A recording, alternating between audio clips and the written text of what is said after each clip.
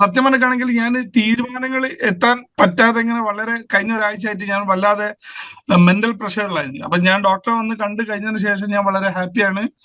എനിക്ക് ആ തീരുമാനത്തിൽ എത്താൻ പറ്റി. ഇനി ആ കാര്യങ്ങളായിട്ട് എനിക്ക് മുമ്പോട്ടേക്ക് പോകണം ഇനി ഫ്യൂച്ചറിൽ. ഫസ്റ്റ് BCCന്റെ ഒരു ഇൻട്രോ വീഡിയോ ഉണ്ടായിരുന്നു. അതിൽ പറഞ്ഞില്ല ആ ബിസിനസിന്റെ വിളഞ്ഞില്ല, ഫാമിലിയും ഇല്ല, ബിസിനസ്സും ഇല്ല, ഫിസിക്കലും ഇല്ല എന്ന് പറഞ്ഞേ. അത് കറക്റ്റ് അതിന്റെ അവസ്ഥയിൽ കൂടെ ഇങ്ങനെ കടന്നു പോവായിരുന്നു. എല്ലാ വീഡിയോയും എല്ലാവരെയും കൊളത്തൂല.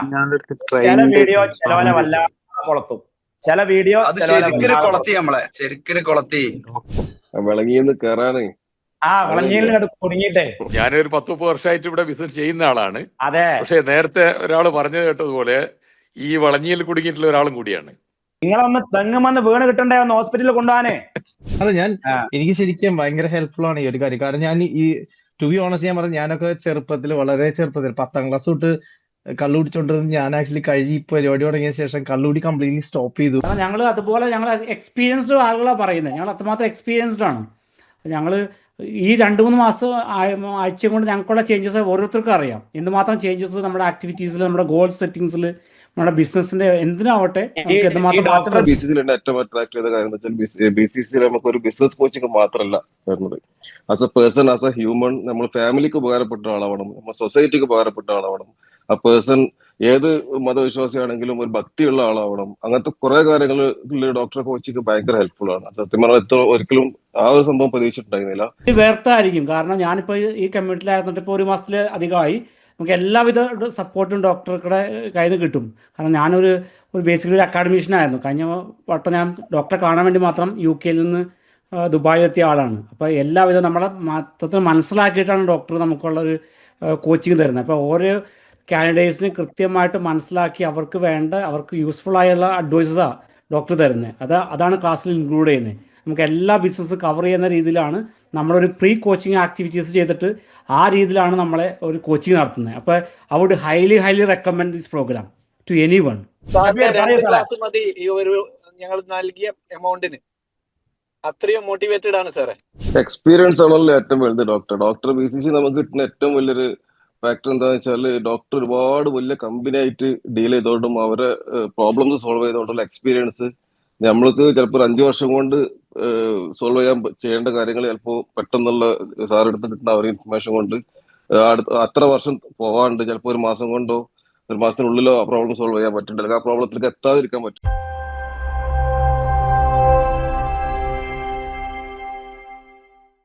സോ ഞാൻ നേരത്തെ പറഞ്ഞു ഈ ഒരു സെഷന്റെ ഉദ്ദേശം ഒന്ന് നമ്മളെ ടോപ്പിക്കൽ ഓറിയന്റഡ് ആയിട്ട് സംസാരിക്കലാണ്. സംഭവിച്ചതെന്ന് വെച്ചാൽ ഞങ്ങളിപ്പോ ഈ വർഷത്തെ ഏറ്റവും വലിയ ഒരു പ്രൊജക്റ്റ് ആണ് നമ്മുടെ ബിസിനസ് കോച്ചിങ് ക്ലബ് എന്ന് പറയുന്ന കമ്മ്യൂണിറ്റി. അപ്പൊ അതിൽ നമ്മൾ ഓരോരുത്തരുമായിട്ടും സംസാരിച്ചപ്പോൾ എല്ലാവരും വളരെ ആത്മാർത്ഥമായിട്ട് കച്ചവടം ചെയ്തു പോകുന്നവരാണ്, വളരെ സിൻസിയർ ആണ്. പിന്നെ ആകെയുള്ള ഒരു വിവരം, അപ്പൊ എനിക്കായാലും നിങ്ങൾക്കായാലും ഒക്കെ ഉള്ള ഒരു പ്രശ്നം, നമുക്ക് ഈ വിഷയത്തിൽ ഇത് എങ്ങനെ കൊണ്ടുപോകണം എന്നുള്ള നല്ല വിവരമില്ലായ്മ നമുക്കൊക്കെ ഉണ്ട്. അതിന്റെയൊക്കെ കാരണത്താൽ തന്നെ നമ്മൾ ഇത്രയൊക്കെ എഫേർട്ട് ഇട്ടിട്ടും ഇത്രയൊക്കെ അധ്വാനിച്ചിട്ടും end of the day profit കാണാനില്ല. അതായത് ഈവൻ സംടൈംസ് നമ്മൾ ബുക്ക് പരിശോധിച്ചാൽ അല്ലെങ്കിൽ അക്കൗണ്ട്സ് പരിശോധിച്ചാൽ ഇത്ര മില്യൺ പ്രോഫിറ്റ് ഉണ്ട് എന്ന് കാണാൻ പറ്റും. ആ അത്ര മില്യൺ പ്രോഫിറ്റ് ഉണ്ടെങ്കിൽ അത് അക്കൗണ്ടിൽ കാണണ്ടേ? അക്കൗണ്ട് ബാലൻസ് എപ്പോഴും 50,000, 25,000 അല്ലെങ്കിൽ മൈനസും ആയിരിക്കും. അപ്പൊ ഫണ്ട് ഫ്ലോ ഇങ്ങോട്ട് മുട്ടിയിട്ട് ഇത് എവിടെ പോയി അരിയിട്ട് മഷിയിട്ട് തപ്പിയിട്ടും സാധനം കാണാനില്ല, ഫണ്ട് കാണണ്ടേ? അതായത് മുമ്പിലൂടെ ഇപ്പൊ ഒരു എക്സാമ്പിൾ എടുക്കുകയാണെങ്കിൽ അദ്ദേഹത്തിന് 32,000 കോടിയുടെ കച്ചവടം ഉണ്ട്. അതായത് ഒരു വർഷത്തിൽ അത്രയും എമൗണ്ട് ഇങ്ങനെ മുന്നിലൂടെ പോകുന്നുണ്ട്. പക്ഷെ എൻഡ് ഓഫ് ദ ഡേ ബാങ്കിൽ നെറ്റ് 2 ലക്ഷം റിയാലേ ഉള്ളൂ. ഒരു 1% പ്രോഫിറ്റ് കൂട്ടിയവരെ 32 കോടി അവിടെ കാണുന്നില്ല. അപ്പൊ ഇതൊരു ഒരാളുടെ പ്രശ്നമായിട്ട് ഞാൻ കണ്ടിട്ടില്ല. ഒരുപാട് ആളുകളുടെ അല്ലെങ്കിൽ മിക്കവാറും ആളുകളുടെ പ്രശ്നമാണ്. കച്ചവടം നടക്കുന്നുണ്ട്, കാര്യങ്ങളൊക്കെ പൊടിക്ക് നടക്കുന്നുണ്ട്, ഗംഭീരമായി നടക്കുന്നുണ്ട്, എൻഡ് ഓഫ് ദ ഡേ ഒന്നും വലിക്കാൻ കിട്ടുന്നില്ല എന്ന കൺസെപ്റ്റ്. അപ്പൊ ഈ ഒരു സെഷൻ കാര്യമായിട്ട് പരിശോധിക്കുന്നത് എവിടെയൊക്കെയാണ് പ്രോഫിറ്റ് ലീക്കുകൾ സംഭവിക്കുന്നത്, അല്ലെങ്കിൽ എവിടെയാണ് നമുക്ക് പാളുന്നത് എന്നുള്ള ചില എക്സാമ്പിൾസ് മാത്രമാണ്. ഞാൻ കുറെ ഇങ്ങനെ ഓരോ ഇൻസിഡൻസ് ഇങ്ങനെ എഴുതി വെച്ചേക്കാണ്. അത് നമ്മൾ ഓരോ സ്റ്റോറികളായിട്ട് ഇങ്ങനെ നമുക്ക് ചർച്ച ചെയ്യാം. ഇപ്പൊ ഒരു എക്സാമ്പിൾ എടുത്താല്, മിക്കവാറും ആളുകള് ക്രെഡിറ്റിലായിരിക്കും പർച്ചേസ് ചെയ്യുന്നത്. ക്രെഡിറ്റിൽ പർച്ചേസ് ചെയ്യുമ്പോൾ ഉണ്ടാവുന്ന ഒരു പ്രശ്നം എന്താന്ന് വെച്ചാല് അവര് കഴിയുന്ന അത്ര ചാമ്പിയിട്ടിട്ടാണ് വില തരാം. അപ്പൊ നമ്മുടെ ഗ്രോസ് പ്രോഫിറ്റ് വളരെ കുറവായിരിക്കും. ഗ്രോസ് പ്രോഫിറ്റ് വളരെ കുറവായിരിക്കും. എന്നാൽ പിന്നെ നമുക്ക് ക്യാഷ് പർച്ചേസിന് വേണ്ടിയിട്ട് ഫണ്ട് എവിടെ നിന്ന് കിട്ടും എന്നുള്ളതാണ് ആലോചിക്കേണ്ടത്. അപ്പോൾ ഒരു സൂപ്പർ മാർക്കറ്റിലേക്ക് പോയപ്പോൾ സൂപ്പർ മാർക്കറ്റിൽ നമ്മൾ ആദ്യമായിട്ട് കൊണ്ടുവന്നത് ബേസിക്കലി ഒരു 500 crore കച്ചവടമുള്ള കമ്പനിയാണ്. അപ്പോൾ അതിന്റെ നമ്മൾ നമ്പർ ഓഫ് സൈക്കിൾ അല്ലെങ്കിൽ സ്റ്റോക്ക് ഡേയ്സ്, ഒരു സ്റ്റോക്ക് റൊട്ടേഷൻ എത്ര വർഷം നടക്കും എന്ന് നോക്കുമ്പോൾ ആവറേജ് 10 times റൊട്ടേറ്റ് ചെയ്യുന്നുണ്ട്. അതായത് 500 കോടി കച്ചവടം ചെയ്യണമെങ്കിൽ ഏകദേശം 50 കോടിയുടെ സ്റ്റോക്ക് ഉണ്ടായി കഴിഞ്ഞാൽ 10 വട്ടം റൊട്ടേറ്റ് ചെയ്ത് കഴിഞ്ഞാൽ നമുക്ക് ആ ഒരു 500 crores ആനുവൽ സെയിൽസിലേക്ക് ആനുവൽ റവന്യൂലേക്ക് എത്താം. പക്ഷേ ഇൻവെന്ററി കൊണ്ടുവന്നോ സ്റ്റോക്ക് ഒന്ന് കറക്റ്റ് ചെയ്തു എല്ലാം പരിശോധിച്ചപ്പോൾ ടോട്ടൽ 90 crore സ്റ്റോക്ക് ഉണ്ട്. 37 ഔട്ട്ലെറ്റുകളായിട്ട്, ഈവൻ ഹോൾസെയിൽ ഡിവിഷനിലും റീറ്റെയിൽ ഡിവിഷനിലും 37 റീറ്റെയിൽ ഔട്ട്ലെറ്റുകളായിട്ട് 90 crores സ്റ്റോക്ക് കിടപ്പുണ്ട്. അതായത് ആവശ്യമുള്ളതിനേക്കാൾ 40 കോടിയുടെ എക്സ്ട്രാ സ്റ്റോക്ക് അവിടെ കിടപ്പാണ്. അത് വെറുതെ കിടക്കാണ്, കെട്ടിക്കിടക്കാണ്. കുറെ എണ്ണം എക്സ്പയർ ആയിപ്പോയി, കുറെ എണ്ണം ഡാമേജ് ആയിപ്പോയി, കുറെ എണ്ണം ഒരാവശ്യമില്ലാതെ 2-3 വർഷമായിട്ട് കിടക്കാണ്. അതെങ്ങനെ അവിടെ കെട്ടിക്കൂടി എന്ന് പരിശോധിച്ചപ്പോ ഈ ഏജന്റുമാരെ അല്ലെങ്കിൽ ഓരോ ഇതിന്റെ ഡിസ്ട്രിബ്യൂട്ടേഴ്സ് മാനേജേഴ്സുമായിട്ട് നല്ല ഒരു റിലേഷൻഷിപ്പ് ഉണ്ടാവും. അപ്പൊ ഓരോ ടൈം വരുമ്പോഴും ഇവര് 12 പീസും 24 പീസും 50 പീസും സാധനം വെച്ചിട്ട് പോകും. ആക്ച്വലി ഈ കമ്പനിയിൽ ഒരു മാസത്തിൽ ഈ ഒരു ബ്രാഞ്ചിൽ ആ ഒരു particular segment 2 piezo 3 piezo 4 piezo വേണ്ടി വരുള്ളൂ. പക്ഷെ ഇവര് മാസം 12 പീസ് വെച്ച് പോകും. അതായത് നമ്മുടെ ക്യാഷ് അവൻ ഓരോ മാസം 12 പീസ് വെക്കുമ്പോഴും അതിങ്ങനെ കെട്ടിക്കിടന്ന് അങ്ങനെ ഇതിന് ചിലപ്പോ ഈ ഡിസ്ട്രിബ്യൂട്ടർ ഈ ബ്രാഞ്ച് മാനേജർക്ക് ചില കമ്മീഷനും കൊടുക്കുന്നുണ്ടാവാം, നമുക്ക് പറയാൻ പറ്റില്ല. അതുകൊണ്ടാണല്ലോ അവനൊന്നും ചെക്ക് ചെയ്യാതെ ഇതിങ്ങനെ ബ്രാഞ്ച് വൈസ് ഇങ്ങനെ വരുമ്പോ വാങ്ങി വെക്കുന്നത്. അപ്പൊ പലപ്പോഴും എന്താ സംഭവിക്കുന്നത് വെച്ചാല് ഈ ഡിസ്ട്രിബ്യൂട്ടറുടെ സാധനം കൊണ്ടുവെക്കാനുള്ള ഒരു ഫ്രീ സ്ക്വയർ ഫീറ്റ് ആയിട്ട് നമ്മുടെ റീറ്റെയിൽ ഔട്ട്ലെറ്റുകൾ മാറുന്ന ഒരു സെഗ്മെന്റ് വരാണ്. നിങ്ങളൊന്ന് ആലോചിച്ച് നോക്കി, ഈ 40 കോടി വെറുതെ അവിടെ കിടക്കുന്ന സാധനം അതൊന്ന് ഫ്രീ ആയി കിട്ടിയാൽ, ക്യാഷ് ആയി കിട്ടിയാൽ നമുക്ക് എന്തൊക്കെ ചെയ്യാമായിരുന്നു? ആ 40 കോടി ഒന്ന് ക്യാഷ് ആയി കിട്ടിയാൽ നമുക്ക് എന്തൊക്കെ ചെയ്യാമായിരുന്നു? നമുക്ക് അതുകൊണ്ട് ക്യാഷ് പർച്ചേസ് ചെയ്യാം. ഈവൻ റീറ്റെയിലിന്റെ ഓപ്പണിങ്സ് പറയുകയാണെങ്കിൽ തന്നെ നമ്മുടെ ഒരു സെഗ്മെന്റ് ഒരു 20,000 സ്ക്വയർ ഫീറ്റ് സാധനം എന്ന് പറഞ്ഞാൽ ഇന്ത്യയിൽ തുറക്കണമെങ്കിൽ ഫോർ എക്സാമ്പിൾ ഒരു 5 കോടി രൂപ മതി. അങ്ങനെ 40 കോടി കിട്ടുകയാണെങ്കിൽ നമുക്ക് ഒരു 8 ഔട്ട്ലെറ്റ് എങ്കിലും പുതുതായിട്ട് തുറക്കാൻ പറ്റും. 8 ഔട്ട്ലെറ്റ് തുറക്കുക എന്ന് പറഞ്ഞാൽ എങ്ങനെയാന്ന് വെച്ചാൽ ഫോർ എക്സാമ്പിൾ ഈ 40 കോടിയുടെ സ്റ്റോക്ക് നമ്മൾ എടുത്തിട്ട് അത് റിട്രീവ് ചെയ്ത് ക്യാഷ് ആക്കി വന്നാൽ 8 ഔട്ട്ലെറ്റ് നമ്മൾ തുറന്നു കഴിഞ്ഞാൽ ഈ വർഷത്തെ ഫൈനാൻഷ്യൽ ഇയറിലേക്ക് ആവറേജ് നമുക്ക് ഓൾമോസ്റ്റ് കണക്കൂട്ടി നോക്കുകയാണെങ്കിൽ 300 കോടിയുടെ അഡീഷണൽ സെയിൽസ് നമുക്ക് വർദ്ധിപ്പിക്കാൻ പറ്റും. അതായത് 500 കോടി വിറ്റുവരവുണ്ടായിരുന്ന കമ്പനി 800 കോടി വിറ്റുവരവുള്ള കമ്പനിയാക്കി മാറ്റാൻ പറ്റുമെന്ന് മാത്രമല്ല ഈ ക്യാഷ് ഫ്ലോ ഉപയോഗിച്ച് നമുക്ക് ഒരുപാട് ക്യാഷ് പർച്ചേസ് ചെയ്ത് നമ്മുടെ GP-യും NP-യും വർദ്ധിപ്പിക്കാമായിരുന്നു. അപ്പൊ ഇവിടുത്തെ ഏറ്റവും വലിയ പ്രശ്നം സ്റ്റോക്ക് ക്ലിയർ അല്ല, സ്റ്റോക്ക് വരുന്നത് ക്ലിയർ അല്ല, ആവശ്യത്തിലധികം പർച്ചേസ് ഓർഡർ കൊടുക്കുന്നത് കറക്റ്റ് സ്റ്റോക്ക് നോക്കിയിട്ടോ പ്രീവിയസ് സെയിൽസിന്റെ ഹിസ്റ്ററി നോക്കിയിട്ടോ അല്ല, വെറുതെ ഡിസ്ട്രിബ്യൂട്ടർ വരുന്നതിനനുസരിച്ച് ഇങ്ങനെ വാങ്ങി വെക്കുകയാണ്. ഓർഗനൈസേഷന് ആവശ്യമുള്ള സാധനം അല്ല വാങ്ങുന്നത്, ഡിസ്ട്രിബ്യൂട്ടർക്ക് കൊണ്ടുവെക്കാൻ താല്പര്യമുള്ള സാധനങ്ങൾ അവന്റെ ടാർഗറ്റ് തീർക്കാൻ വേണ്ടിയിട്ട് അവൻ നമ്മുടെ ബ്രാഞ്ചിൽ കൊണ്ടുവെക്കുന്നു എന്നുള്ളതാണ് ഒരു ഡിസ്കവറി വന്നിട്ടുള്ളത്.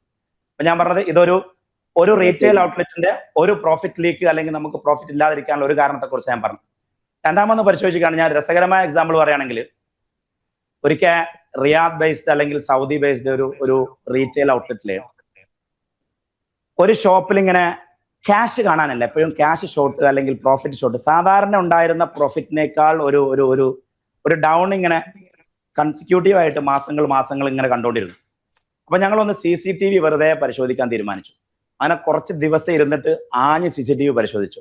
അപ്പൊ 3 ബില്ലിംഗ് കൗണ്ടറാണ് ഒരു ബ്രാഞ്ചിൽ ഉണ്ടായിരുന്നത്. അപ്പൊ ഒരു ബില്ലിംഗ് കൗണ്ടറിൽ ഇരിക്കുന്ന ആള് ഇടയ്ക്കിടയ്ക്ക് ഇങ്ങനെ കുനിഞ്ഞ് കാലിന് ഇങ്ങനെ ചൊറിയണത് കാണും. കുനിയാ കാലിന് ചൊറിയാം.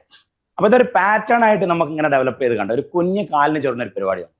സംഭവം എന്താന്ന് വെച്ചാല് ഇവന് ചില സാധനങ്ങൾ ബില്ലടിക്കാതെ സാധനം കൊടുക്കുന്നുണ്ട്.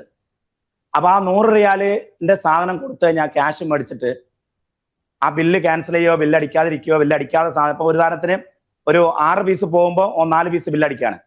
ക്യാഷ് മേടിച്ചിട്ട് ഇവൻ ഇടയ്ക്കിടയ്ക്ക് ക്യാഷ് ചുരുട്ടിയിട്ട് എവിടെ വെക്കുന്നുണ്ട്? ഈ സോക്സിന്റെ ഉള്ളിൽ തിരികുന്നുണ്ട്. അത് എത്ര തിരികുമെന്ന് അറിയില്ല. ഏതായാലും ഓവറോൾ കണക്കൂട്ടി വന്നപ്പം സ്റ്റോക്ക് ഇന്നും സ്റ്റോക്ക് ഔട്ടും ഒക്കെ പരിശോധിച്ച് നോക്കിയപ്പോൾ ഒരു ആവറേജ് ഒരു മാസത്തിൽ 40,000 ദിർഹംസോളം അവന്റെ അടുത്ത് ഷോർട്ടാണ്. സ്റ്റോക്ക് ഇന്നും സ്റ്റോക്ക് ഔട്ടും നോക്കുകയാണെങ്കിൽ ഒരു 40,000 ദിർഹംസോളം ഷോർട്ടാണ്. അങ്ങനെ അവനെ പിടിച്ചു, അവനെ ക്വസ്റ്റ്യൻ ചെയ്തു. ഞാൻ കട്ടിട്ടില്ല എന്ന് പറഞ്ഞു. പിന്നെ CCTVയുടെ ദൃശ്യങ്ങൾ എടുത്ത് ഓരോ പീസായിട്ട് കുനിയുന്നതും വെക്കുന്നതും കാണിച്ചുകൊണ്ട് ലാസ്റ്റ് അവൻ സമ്മതിച്ചു ഞാന് പിന്നെ അത് കട്ടിട്ടുണ്ടെന്ന്. പൈസ തിരിച്ചറിയാൻ പറഞ്ഞപ്പോൾ ഞാൻ നാട്ടിൽ വീട് വെച്ച് പോയി, പുതിയ വീട് വെച്ച് ഇപ്പൊ കല്യാണം കഴിഞ്ഞ് വീട് വെച്ച് ഒന്ന് സെറ്റ് ആയിട്ടേ ഉള്ളൂ, ഇപ്പൊ നിങ്ങൾ എന്റെ പെണ്ണുങ്ങളോടും വാപ്പനോടും ഒന്നും പറയരുത് ഈ പ്രശ്നങ്ങൾ. അങ്ങനെ സത്യത്തിൽ സംഭവിച്ചെന്താന്ന് വെച്ചാല് ഇവന്റെ വീട്ടിൽ പറയും ക്യാഷ് തന്നിട്ടില്ലെങ്കിൽ എന്ന് ഓണേഴ്സ് പറഞ്ഞു. ആ ഒരു പെണ്ണുങ്ങളെ അറിയും, അമ്മോശാക്ക അറിയും, അമ്മായി അറിയും എന്നൊക്കെ ഉള്ള ഒരു ബോധമായിരിക്കും. ഈ ചങ്ങായി മുതലാളി എന്നെ പീഡിപ്പിച്ചത് കൊണ്ട് ഞാൻ ആത്മഹത്യ പറഞ്ഞ ബിൽഡിങ്ങിന്റെ മേലെ ചാടിയും ചെയ്തിട്ടോ. ചാടി സൗദിയിൽ ബിൽഡിങ്ങിന്റെ മേലെ നിന്ന് ചാടിയും ചെയ്തു. ഭാഗ്യത്തിന് പോലീസ് ഓഫീസേഴ്സുമായിട്ട് നമുക്ക് നല്ല ബന്ധം ഉള്ളത് കൊണ്ട് പോലീസ് ഓഫീസർ ആത്മഹത്യ ആയതുകൊണ്ട് നമ്മളെ മേത്തേക്ക് അതിട്ടില്ല, ജസ്റ്റ് ആത്മഹത്യയുടെ എഴുതി തള്ളി. അത് ആ ഒരു പോലീസ് ഓഫീസേഴ്സുമായിട്ട് നമുക്ക് കഴിഞ്ഞ 10-16 വർഷമായിട്ടുള്ള ബന്ധം ഉള്ളത് കൊണ്ട് മാത്രം രക്ഷപ്പെട്ടതാണ്. ഇത് കട്ടത് ഓന്, പൈസ കൊണ്ടുപോയത് ഓന്, നമ്മളെ മുടിച്ചത് ഓന്, നമ്മളെ ലാഭം കൊണ്ടുപോയത് ഓന്, ആത്മഹത്യ ചെയ്തത് ഓന്, ലെറ്റർ എഴുതി വെച്ചത് ഓന്, മൊത്തം നമുക്ക് തന്നെയാണ് ചെയ്ത പേര്, മൊത്തം നഷ്ടം നമുക്കാണ്. അപ്പൊ ഒരു അനദർ എക്സാമ്പിൾ പറയാം. ഞാൻ വേറെ ഒരു എക്സാമ്പിൾ എടുക്കുകയാണെങ്കിൽ ഇപ്പൊ നമ്മുടെ കമ്പനിയിൽ തന്നെ ഒരു സെയിൽസ് ഗേൾ ഉണ്ടായിരുന്നു. അപ്പൊ നമുക്ക് വളരെ എഫക്റ്റീവ് ആയിട്ടുള്ള മാർക്കറ്റിംഗ് ടീം ഉണ്ട്. അപ്പൊ ലീഡ് ഡെയിലി വരും. ലീഡ് വന്നു കഴിഞ്ഞാൽ അവർ ലീഡുമായിട്ട് സംസാരിച്ചിട്ട് അവരെന്താ ചെയ്യേണ്ടതെന്ന് വെച്ചാൽ ക്ലോസ് ആയി കഴിഞ്ഞാൽ സ്വാഭാവികമായിട്ടും കമ്പനി അക്കൗണ്ടിലേക്കാണ് ഫണ്ട് വരേണ്ടത്. അതിൽ വേറെ ഒരു ലൂപ്പ് ഹോൾ നമ്മുടെ തന്നെ ഉണ്ടായിരുന്നത്, ചിലപ്പോൾ നമ്മൾ ഫുൾ ക്യാഷ് കമ്പനി അക്കൗണ്ടിലേക്ക് വാങ്ങാറില്ല, ഒരു 20% ഒക്കെ വാങ്ങാറുള്ളൂ. ബാക്കിയുള്ള എമൗണ്ട് ഡയറക്റ്റ് ഏത് രാജ്യത്തേക്കാണോ പോകുന്നത് അവിടെ ക്യാഷ് ഇൻ ഹാൻഡ് ഡെലിവറി കൊടുക്കുന്ന ഒരു ഓപ്ഷൻ ചില രാജ്യത്തൊക്കെ ഉണ്ട്. ഡോളറായിട്ട് കൊണ്ടുപോയിട്ട് കൊടുക്കുന്ന ഓപ്ഷൻസ് ഉണ്ട്. അപ്പൊ കസ്റ്റമർ തന്നെ ഗ്രൂപ്പായിട്ട് പോകുമ്പോൾ അവർ തന്നെ അവിടെ ഹാൻഡ് ഓവർ ചെയ്യും എയർപോർട്ടിൽ. ആ ലൂപ്പ് ഹോളിൽ പിടിച്ചിട്ട് അവിടെ ചെയ്തെന്തെന്ന് വെച്ചാൽ ഈ ആദ്യമായിട്ട് വാങ്ങുന്ന ആ 10% അല്ലെങ്കിൽ 20% ചില സമയങ്ങളിലൊക്കെ ഇപ്പൊ 10 കസ്റ്റമർ ക്ലോസ് ചെയ്യുമ്പോൾ ഒരു 4 അവളുടെ അക്കൗണ്ടിലേക്ക് വാങ്ങും, 6 കമ്പനി അക്കൗണ്ടിലേക്ക് വാങ്ങും. അപ്പൊ ഈ അവളുടെ അക്കൗണ്ടിലേക്ക് പോയിട്ട് വാങ്ങിയിട്ട് അതൊരു 10 ലക്ഷത്തിന്റെ സെയിലാണെങ്കിൽ അതിൽ 5% പ്രോഫിറ്റ് ഇട്ടാലും 50,000 അവളുടേതാണ്, സ്ട്രെയിറ്റ് അവളുടേതാണ്. കമ്പനി അറിയുന്നേ ഇല്ല ഈ സെയില്. അപ്പൊ അങ്ങനെ നിരന്തരമായിട്ട് കുറച്ച് കമ്പനിയിൽ റിപ്പോർട്ട് ചെയ്യുക, കുറച്ച് കമ്പനിയിൽ റിപ്പോർട്ട് ചെയ്യാതിരിക്കുക. അത് പിടിക്കപ്പെട്ടത് എങ്ങനെയാന്ന് വെച്ചാൽ ഞങ്ങളുടെ ആ പെർട്ടിക്കുലർ രാജ്യത്തെ ഡെസ്റ്റിനേഷൻ മാനേജ്മെന്റ് കമ്പനിയെ ബന്ധപ്പെട്ടിട്ട് നമ്മൾ ഒരിക്കൽ ചോദിച്ചു, ഈ മാസം ഞങ്ങളുടെ ത്രൂ ട്രാവൽ ചെയ്ത ആളുകളുടെ ഒക്കെ ലിസ്റ്റ് ഇങ്ങോട്ട് അയക്കുന്നു. അപ്പൊ അവർ ആ ലിസ്റ്റ് അയച്ചു തന്നിട്ട് ഞാൻ അക്കൗണ്ടന്റിനോട് പറഞ്ഞു, ഈ മാസം ഇവളുടെ കെയർ ഓഫിൽ പോയ ആളുകളുടെ ലിസ്റ്റ് ഇങ്ങോട്ട് അയക്കുക. അപ്പൊ അവിടെ ലിസ്റ്റ് ചെയ്തിട്ടുള്ളത് 100 പേര് വന്നിട്ടുണ്ട് എന്നുള്ളതാണ്. ഇവിടെ ലിസ്റ്റ് ചെയ്തിട്ടുള്ളത് 75 പേര് പോയിട്ടുണ്ട് എന്നുള്ളതാണ്. 25 പേര് മിസ്സിംഗ് ആണ്. ഓളെ കുറ്റം പറയണ്ട, ഞാൻ ആ റെസ്പോൺസിബിലിറ്റി ഏറ്റെടുക്കുന്നു. ആസ് എ ബിസിനസ് ഓണർ ഒരു പ്രോപ്പർ CRM ഇല്ലാത്തതും ഒരു സോഫ്റ്റ്വെയർ ഇല്ലാത്തതും ഒരു ട്രാക്കിംഗ് മെക്കാനിസം ഇല്ലാത്തതാണ് ഓൾമോസ്റ്റ് 10 ലക്ഷം ലാഭം കിട്ടുമ്പോൾ അതിൽ 2.5 ലക്ഷം രൂപ അതായത് അവളുടെ സാലറിയും ബെനിഫിറ്റ്സും വേറെയും അതല്ലാതെ ഒരു 2.5 ലക്ഷം രൂപ അവൾ കൊണ്ടുപോകുന്നുണ്ടായിരുന്നു. അപ്പം സെയിൽസ് ടീം പല രീതിയിലായിരിക്കും. വേറെ എക്സാമ്പിൾ പറയാം. ഇപ്പൊ നമ്മൾ റിയാദിൽ കോച്ച് ചെയ്തുകൊണ്ടിരിക്കുന്ന ഒരു കമ്പനിയിൽ അവർ വാച്ച് പർച്ചേസ് ചെയ്യുന്നുണ്ട്. പർച്ചേസറാണ് വാച്ച് പർച്ചേസ് ചെയ്യുന്നത്. അപ്പം ബേസിക്കലി 8 രൂപയുടെ സാധനം വാങ്ങിയിട്ട് 12 രൂപയ്ക്കാണ് അവർ വിൽക്കുന്നത്. അത്രയും പ്രോഫിറ്റ് ഇടുന്നുണ്ട്. വെരി ഗുഡ് ആണ്. അപ്പോ എന്റെ പരിചയത്തിലുള്ള ഒരു വാച്ച് കച്ചവടക്കാരൻ എന്നോട് പറഞ്ഞാ എന്റെ വാച്ച് ഒന്ന് അവിടെ കയറ്റി തരുമോ? അവർക്ക് അത്യാവശ്യം വോളി ഉണ്ട്, ഏകദേശം 100-ലധികം ഔട്ട്ലെറ്റ്സ് ഉണ്ട്.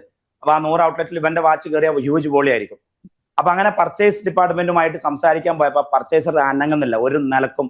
ലാസ്റ്റ് ഇവൻ പരിശോധിച്ചപ്പോ 8 രൂപയ്ക്ക് വാങ്ങുന്ന ഈ സാധനം അവൻ പറഞ്ഞാ ഞാൻ ചൈനയിൽ നിന്ന് 5 രൂപക്ക് കൊണ്ടുവരാം, 5 രൂപക്ക് നിങ്ങൾക്ക് തരാം, 5 രൂപയ്ക്ക് എനിക്ക് തരാൻ പറ്റും, 8 രൂപക്ക് നിങ്ങൾ എന്തിനാ വാങ്ങണത്, നിങ്ങൾ 12-ന് വിൽക്കുക, 12 തന്നെ വിറ്റോളി, പക്ഷെ 5 രൂപക്ക് ഞാൻ സാധനം തരാം, 5 രൂപക്ക് എന്റെ തരണ്ട, എന്റെ വേണ്ട, ഞങ്ങൾക്ക് 8-ന് മതി. പർച്ചേസറാണ്, മുതലാളി അല്ലട്ടെ പറഞ്ഞത്. അങ്ങനെ നമ്മൾ MD-യുടെ അടുത്ത് പോയി സംസാരിച്ചു, ഒന്ന് ഡിഗ് ചെയ്തപ്പോ എന്താ സംഭവം എന്ന് വെച്ചാൽ ഈ പർച്ചേസർ ആക്ച്വലി ഒരു പീസുമേൽ 2 രൂപ എന്താക്കുന്നുണ്ട്, ഒരു പീസുമേൽ 2 രൂപ ഈ സപ്ലയർ അടുത്ത് വാങ്ങിക്കുന്നത്. അപ്പൊ 5 രൂപക്ക് മാർക്കറ്റിൽ കിട്ടുന്ന സാധനം അയാൾ 8 രൂപക്ക് വാങ്ങാൻ കാരണം 2 രൂപ ഇയാൾക്ക് കിട്ടുമെന്നുള്ളതാണ്. അപ്പൊ കമ്പനി നോക്കുമ്പോൾ അത്യാവശ്യം ജീപ്പുണ്ട്, ഒരു 50% 60% ജീപ്പുണ്ട്. അപ്പൊ അതുകൊണ്ട് തന്നെ കമ്പനിക്ക് അയാൾ ലോസ് ഒന്നും വരുത്തിയിട്ടില്ല. ലോസ്റ്റ് സെയിൽ ഓപ്പർച്യൂണിറ്റി അല്ലെങ്കിൽ ലോസ്റ്റ് പ്രോഫിറ്റ് മാത്രമേ ഇവിടെ ഉള്ളൂ. അതായത് കിട്ടാവുന്ന പ്രോഫിറ്റ് കുറഞ്ഞു പോയിട്ടേ ഉള്ളൂ, കമ്പനിക്ക് ലോസ് ഒന്നും വന്നിട്ടില്ല. കമ്പനിയും അത് പിടിച്ചിട്ടുണ്ടായിരുന്നില്ല. അപ്പൊ അങ്ങനെ ഓരോ ഘട്ടത്തിലേക്ക് നോക്കുകയാണെങ്കിൽ ഇപ്പൊ വേറെ എക്സാമ്പിള്, ഇപ്പൊ നമ്മള് മൈസൂര് നമ്മുടെ ഒരു റീറ്റെയിൽ ഡിവിഷൻ തുറന്ന കാലത്ത് അവിടെ നമ്മൾ ഡിസൈഡ് സെയിൽസ് വരുന്നുണ്ടെങ്കിലും ഡിസൈഡ് പ്രോഫിറ്റ് വരുന്നില്ല. അപ്പം റീറ്റെയിൽ സെഗ്മെന്റിൽ പെർ സ്ക്വയർ ഫീറ്റ് ഇത്ര സ്റ്റാഫ് ഇത്ര സെയില്, പെർ സ്ക്വയർ ഫീറ്റ് ഇത്ര സ്റ്റാഫ് ഇത്ര സെയിൽ എന്നുള്ള ഒരു കൺസെപ്റ്റ് ഉണ്ടാവും. അപ്പൊ നമ്മൾ അവിടെ അതിന്റെ ഒരു 20,000 സ്ക്വയർ ഫീറ്റ് ഉള്ള ഈ ഷോപ്പിൽ എത്ര സ്റ്റാഫ് വേണമെന്ന് പരിശോധിച്ചപ്പോൾ ആവറേജ് ഒരു 60-80 സ്റ്റാഫ് മാക്സിമം അവിടെ മാക്സിമം വരാവും. അതല്ലെങ്കിൽ 60 കൂട്ടിക്കോളി. ഏതായാലും വിചാരിച്ച സ്റ്റാഫ് നമ്പറിനേക്കാൾ 30 സ്റ്റാഫ് അവിടെ കൂടുതലുണ്ട് സ്ക്വയർ ഫീറ്റ് വെച്ച് കണക്കൂട്ടുകയാണെങ്കിൽ. അത് കറക്റ്റ് നമുക്ക് സ്ക്വയർ ഫീറ്റും കാര്യങ്ങളും മെഷറബിലിറ്റിയും നോക്കുമ്പോഴേ അത് മനസ്സിലാവുള്ളൂ. അപ്പൊ അങ്ങനെ ആ ഒരു സ്റ്റാഫ് ഒപ്റ്റിമൈസേഷൻ ചെയ്തപ്പോൾ അവിടെ ആ 30 സ്റ്റാഫിന്റെ സാലറി കുറയുന്നത് മാത്രം മതി നെറ്റ് പ്രോഫിറ്റ് കൂടാൻ, അല്ലെങ്കിൽ ഡിസൈർഡ് നെറ്റ് പ്രോഫിറ്റേക്ക് എത്താൻ. ചിലപ്പോൾ നമ്മുടെ പ്രശ്നം സ്റ്റാഫിന്റെ എണ്ണം കൂടുതലായിരിക്കും. വേറെ എക്സാമ്പിൾ, ഇപ്പൊ ദമാമിൽ വേറെ ഒരു എന്താ പറയുക സേഫ്റ്റി മെറ്റീരിയലിന്റെ ഷോപ്പിൽ പോയപ്പോൾ അവിടെ ഒരു സെയിൽസ്മാൻ വർക്ക് ചെയ്യുന്നുണ്ട്. അയാൾക്ക് 6,000 ദിർഹംസ് ആണ് സാലറി. എത്ര? 6,000 ദിർഹംസ്. അപ്പൊ ഞാൻ കണക്കൂട്ടി വെക്കുമ്പോ ഇയാൾ ടോട്ടലി ഒരു മാസത്തിൽ 60,000 ദിർഹംസിന്റെ സെയിൽ പോലും കൊണ്ടുവരുന്നില്ല. 60,000 യൂഷ്വലി എത്ര കൊണ്ടുവരണം എന്ന് വെച്ചാല്, ഒരാൾ 6,000 ദിർഹംസ് കൊണ്ടുവരുന്നുണ്ടെങ്കിൽ, സാലറി വാങ്ങുന്നുണ്ടെങ്കിൽ, അയാളെ ഗ്രോസ് പ്രോഫിറ്റ് ഇനത്തിൽ അതിന്റെ 10 ഇരട്ടിയെങ്കിലും കൊണ്ടുവരണം. അതായത് 60,000 ദിർഹംസ് എങ്കിലും അയാൾ ഗ്രോസ് പ്രോഫിറ്റ് ഇനത്തിൽ കൊണ്ടുവരണം, റവന്യൂ ഇനത്തിലല്ല. അപ്പൊ ഗ്രോസ് പ്രോഫിറ്റ് ഇനത്തിൽ 60,000 കൊണ്ടുവരേണ്ട ആള് റവന്യൂ ഇനത്തിൽ പോലും 60,000 കൊണ്ടുവരുന്നില്ല. അതായത് ഇയാൾ കമ്പനി ആ ആളെ പിരിച്ചുവിട്ടാൽ മാത്രം ആ കമ്പനിയുടെ ആ ബ്രാഞ്ച് പ്രോഫിറ്റബിൾ ആവും. പക്ഷേ വേറൊരു പ്രശ്നമുണ്ട്. എന്താ? അയാൾ പെങ്ങളെ മോനാണ്, ബന്ധുവാണ്. അപ്പൊ ഇമോഷൻസ് ഉള്ളത് കൊണ്ട് പിരിച്ചുവിടാതെ എങ്ങനെ മുന്നോട്ട് പോകുന്നു എന്നേ ഉള്ളൂ. അപ്പൊ പലപ്പോഴും നമ്മൾ കമ്മീഷൻ കൊടുക്കുന്നത് കൂടുതലായിരിക്കും, സാലറി കൊടുക്കുന്നത് കൂടുതലായിരിക്കും. സ്റ്റാഫിന്റെ ചില സ്റ്റാഫ് ഇപ്പൊ നമ്മൾ ഫാർമസിയിലൊക്കെ ഉണ്ടായിരുന്ന സംഭവം, ഒരു സ്റ്റാഫ് 10 വർഷമോ 15 വർഷമോ ആയിട്ട് ഫാർമസിസ്റ്റ് ആയിട്ട് ഇങ്ങനെ വർക്ക് ചെയ്യുമ്പോൾ അയാളുടെ സാലറി 8,000 ആയിട്ടും 9,000 ആയിട്ടും 12,000 ആയിട്ടും ഇങ്ങനെ കൂടുന്നുണ്ടാവും. അതിനനുസരിച്ച് അവിടെ സെയിൽസ് വോളിയം ഒന്നും കൂടുന്നുണ്ടാവില്ല. പിന്നെ അയാൾ വയസ്സാവുന്നതിനനുസരിച്ച് അയാൾ ഒരു താപ്പാനയായി ഇങ്ങനെ പെർഫോം ചെയ്യാതെ പഴയ ആളായിട്ട് ഇങ്ങനെ കോക്കസ് കളിച്ച് നടക്കുന്ന ആളായിരിക്കും. അവിടെ നമ്മൾ സിംപ്ലി ചെയ്യേണ്ടത്, പുതിയ യങ്സ്റ്റേഴ്സ് വരും, പുതിയ MOH എക്സാം ഒക്കെ എഴുതി എക്സ്പീരിയൻസ് ഉള്ള അടിപൊളി ചെക്കന്മാർ വരും, അല്ലെങ്കിൽ പെൺകുട്ടികൾ വരും. അവരെ ഫാർമസിസ്റ്റ് ആയി വെച്ച ഒരു 4,000, 5,000, 6,000 ദിർഹംസ് കൊടുത്ത അടിപൊളി ഫാർമസിസ്റ്റിനെ കിട്ടും. ഈ എന്താണ് പറയാ, ഒട്ടും പെർഫോമൻസ് ഇല്ലാത്ത താപ്പാനായിട്ടുള്ള നെഗറ്റീവ് വോളിയായി നടക്കുന്ന, ഉറങ്ങി ജീവിക്കുന്ന 12,000 റിയാൽ സാലറി കൊടുക്കുന്ന സ്റ്റാഫിനെ പിരിച്ചുവിടുന്നു. നമ്മൾ ഇന്നലെ BCC പറഞ്ഞല്ലോ, മാർച്ച് നടക്കണം, മുന്നോട്ട് പോകാത്തവനെ ചടഞ്ഞൊരു സ്ഥലത്ത് സ്റ്റഗ്നന്റ് ആയി ഇരിക്കുന്ന ആളെ പിരിച്ചുവിടണം എന്ന് പറഞ്ഞല്ലോ. അപ്പൊ ആ സെഗ്മെന്റിൽ യങ് ബ്ലഡിനെ എപ്പോഴും നമ്മൾ കൊണ്ടുവരുന്നുണ്ടാവില്ല. പഴയ താപ്പാനകളെ വെച്ച് ഇങ്ങനെ റൺ ചെയ്താൽ വലിയ പ്രശ്നം. യങ് ബ്ലഡിന് വലിയ സാലറി കൊടുക്കണം, ലെസ് പെർഫോമൻസ്. ഓൾഡ് ബ്ലഡിന് വലിയ സാലറി കൊടുക്കണം, ലെസ് പെർഫോമൻസ് ആയിരിക്കും. യങ് ബ്ലഡിന് ചെറിയ സാലറി കൊടുത്താൽ മതി, പക്ഷെ കിഡിലൻ പെർഫോമൻസും ഗ്രോത്തും ആയിരിക്കും. കാരണം അവർ കരിയർ തുടങ്ങുന്നേ ഉള്ളൂ. വേറെ ഫോർ എക്സാമ്പിൾ നോക്കുകയാണെങ്കിൽ, ഈ ചില സമയത്ത് നമുക്ക് നല്ല മാർക്കറ്റിംഗ് ചെയ്ത് നല്ല കസ്റ്റമറെ നമ്മൾ ഷോപ്പിൽ എത്തിക്കുന്നുണ്ടാവും, അല്ലെങ്കിൽ നമ്മുടെ സെയിൽസിലേക്ക് എത്തിക്കുന്നുണ്ടാവും. പക്ഷെ ഒരു കസ്റ്റമർ നമ്മളിൽ നിന്ന് വാങ്ങുന്ന ടോട്ടൽ കാർട്ട് വാല്യൂ ഉണ്ട്, ആവറേജ് കാർട്ട് വാല്യൂ അല്ലെങ്കിൽ ബിൽ വാല്യൂ, അത് വലിയ പ്രശ്നമായിരിക്കും. അത് മിക്കവാറും കുറയാൻ 2 കാരണങ്ങളാണ്. ഒന്ന്, നമ്മുടെ ഉള്ളിലുള്ള സെയിൽസ് സ്റ്റാഫിന്റെ ആ ഒരു സ്വഭാവവും പെർഫോമൻസും സർവീസ് സെഗ്മെന്റും അവർ ആ ഒരു പുഷ് സെയിൽസും ഒന്നും ചെയ്യാത്തതുകൊണ്ടുള്ള പാസീവായിട്ട് ഒരാൾ വന്നു കഴിഞ്ഞാൽ അവനോട് മുണ്ടുപോലെ ചില ഷോപ്പിലേക്ക് കയറി നമ്മൾ കാണലുണ്ട്. ഷോപ്പിൽ കയറി ആ ഷോപ്പ് മൊത്തം നടന്ന് 20 മിനിറ്റ് 30 മിനിറ്റ് ആ ഷോപ്പിലൂടെ ഒക്കെ നടന്നാലും അവര് ഇതുവരെ സാറേ എന്താ നിങ്ങൾ വന്ന് ഒന്ന് ഒരു വട്ടം പോലും ചോദിക്കുന്നുണ്ടാവില്ല, ഒരൊറ്റ വട്ടം പോലും ചോദിക്കില്ല. അത് ഒട്ടും കസ്റ്റമർ സർവീസ് ഇല്ല. നേരെ മറിച്ച് ഞാൻ നെസ്റ്റോയിൽ പോയാൽ മാതിരി പോകണം. എന്റെ കുടിയിരിക്കലിന്റെ സമയത്ത് ഒരു 10 ബ്ലാക്ക് പ്ലേറ്റ് വാങ്ങാൻ വേണ്ടി പോയി ഞാൻ നെസ്റ്റോയിൽ, ഇവിടെ കോഴിക്കോട് നെസ്റ്റോയിൽ. ആ സെയിൽസ് മാനേജർ, അവിടുത്തെ മാനേജർ, ഫ്ലോർ മാനേജർ വന്നിട്ട്, ഡോക്ടറെ നിങ്ങളെ വീഡിയോ കാണലുണ്ട് കേട്ടോ, വീഡിയോ ഉഷാറാന്ന് പറഞ്ഞ് അങ്ങോട്ട് കൂടിയിട്ട് നമ്മളെ ഒന്ന് പൊക്കിയതാണോ, എന്താ പരിപാടി എന്താന്ന് വെച്ചാൽ ഞാൻ പറഞ്ഞു കുടിയിരിക്കലിന്റെ പറഞ്ഞു വീടിന്റെ അതൊന്ന് കാണിച്ചു തരുമെന്ന് വെച്ച് വീടിന്റെ ഡിസൈൻ ഒന്ന് കാണിച്ചു കൊടുത്ത്. അപ്പൊ അവൻ പറഞ്ഞു അടിപൊളി വീടാണല്ലോ, ഇന്റീരിയർ ഒക്കെ നോക്കി. എന്നിട്ട് ഓനിങ്ങനെ നടന്നിട്ട്, സാറേ ആ മുമ്പിൽ അതാ കയറി വരുന്നിടത്തുണ്ടല്ലോ, ഈ തീമില് ഒരു ഗ്രേ കാർപ്പറ്റ് ഇടാൻ നല്ല രസം ഉണ്ടാവും സാറേ, ആ ഡൈനിങ് ടേബിളില്ലേ അവിടെ ഈ പ്ലേറ്റ് വെച്ചാൽ നല്ല രസം ഉണ്ടാവും, ഈ ജഗ് ഇവിടെയാണ് സാറേ, ആ ഏരിയ അല്ലേ ആ ഏരിയയിൽ ഇത് വെച്ചാൽ നല്ല രസം ഉണ്ടാവും, പിന്നെ പുതിയ ടൈപ്പ് ജഗ് ഈ ജഗ് ഒരു 2-3 വാങ്ങിച്ചോളി, പ്ലേറ്റ് അത് ഇത് അങ്ങനെ ഏതായാലും പറഞ്ഞ് പ്ലേറ്റ് ആയിട്ടും ജഗ്ഗായിട്ടും കാർപ്പറ്റ് ആയിട്ടും പിന്നെ മറ്റ് ഡെക്കറേഷൻ ഐറ്റംസ് ആയിട്ടൊക്കെ നെറ്റ് ഞാൻ പറയുകയാണെങ്കിൽ 2,45,000 ബില്ല് ഒന്നോടാക്കിച്ചു. ആ ഷോപ്പിൽ നടന്നിട്ട് അത്യാവശ്യം സാധനം എന്നോട് വാങ്ങിച്ചിന്. അവൻ പറയുന്ന ഒരു സാധനവും എനിക്ക് നോ എന്ന് പറയാൻ പറ്റാത്ത രീതിയിലുള്ള ഒരു മാച്ച് ഉള്ള പ്രൊഡക്റ്റുകളാണ് എനിക്ക് കാണിച്ചത്. കാരണം അവൻ്റെ ഇന്റീരിയർ ഡിസൈൻ നോക്കി എന്നുള്ളതാണ്. അതാണ് സെയിൽസ്മാൻ. ഇതൊരു ഷോപ്പിൽ ഒരാൾ കയറി ഇറങ്ങിയിട്ട് അയാളോടൊന്ന് ഗുഡ് മോർണിംഗ് സർ, എന്താ വേണ്ടി, how can I help you എന്ന് പോലും ചോദിക്കാത്ത സെയിൽസ് പേഴ്സൺ ആയിരിക്കും. അപ്പൊ നമ്മളിവിടെ ഷോപ്പും തുറന്ന് ഇൻവെസ്റ്റും ചെയ്ത് സ്റ്റോക്കും കൊണ്ടുപോയി വെച്ച് മാർക്കറ്റിംഗും ചെയ്ത് പുറത്തു പോയി പൊട്ടിച്ച് ആളുകളെ ഉള്ളിൽ എത്തിക്കുന്നു. പക്ഷെ സ്റ്റാഫ് അവരെ മര്യാദയ്ക്ക് ഹാൻഡിൽ ചെയ്യുന്നില്ല. അതല്ലെങ്കിൽ ചിലപ്പോൾ ചില ഔട്ട്ലെറ്റുകൾ പോയാൽ കാണാം മൊത്തം അങ്ങനെ വെറുതെ കിടക്കണം. ഈ റാക്കും കാലി. പാലുണ്ടോ? അയ്യോ പാൽ ഇപ്പൊ തീർന്നു പോയി. എന്നാ മുട്ട കുറച്ച് മുന്നേ തീർന്നു പോയി. എന്നാ പിന്നെ ബ്രെഡ്, അയ്യോ ബ്രെഡ് ഇന്ന് വന്നില്ല കേട്ടോ. എന്നാ പിന്നെ എണ്ണ ഇന്നലെയാണ് വന്നത്, ഇന്ന് വന്നില്ല. ചുരുക്കി പറഞ്ഞാൽ ഒരു സാധനമില്ല. അപ്പൊ സ്റ്റോക്ക് ഉണ്ടാവില്ല. ഒരു അവശ്യ സാധനത്തിന് വേണ്ടിയാണല്ലോ ഒരാൾ വരിക. സ്റ്റോക്ക് ഉണ്ടാവില്ല. അപ്പൊ നമുക്ക് എക്സ്പെൻസസ് ഓൾ റിമെയിൻ സെയിം. റെന്റും സാലറിയും മാർക്കറ്റിംഗും ഒക്കെ remain same. Only what is not happening is the cart value. ഒരാൾ വരുമ്പോൾ അയാൾ വാങ്ങുന്ന എമൗണ്ടിന്റെ ആവറേജ് നടക്കുന്നില്ല. അപ്പൊ ഇതൊക്കെ എന്ന് വെച്ചാൽ മെട്രിക്സ് ആണ് പ്രിയമുള്ളവരെ. ഈ മെട്രിക്സ് നോക്കിയിട്ട് ഈ ഡാറ്റ നമ്മളെ കയ്യിലില്ലെങ്കിൽ, മെട്രിക്സ് ഇല്ലെങ്കിൽ നമുക്കിതൊന്നും മെഷർ ചെയ്യാൻ പറ്റില്ല. സ്റ്റോക്ക് സൈക്കിൾ എത്ര ദിവസം സൈക്കിൾ ആവുന്നു, അതായത് 40 ദിവസം കൂടുമ്പോൾ 30 ദിവസം കൂടുമ്പോൾ സ്റ്റോക്ക് കറങ്ങുന്നുണ്ടോ?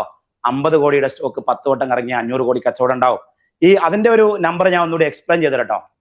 ഇപ്പോ ഒരു 50 കോടിയുടെ സ്റ്റോക്ക് ഒരു വട്ടം കറങ്ങിയാൽ നമുക്ക് 2% ലാഭം കിട്ടുന്ന വിചാരിക്കും. 2%, കുറെ ഒന്നും വേണ്ട, 2%, 2% ഓൺലി, വെരി ലെസ്, 2%.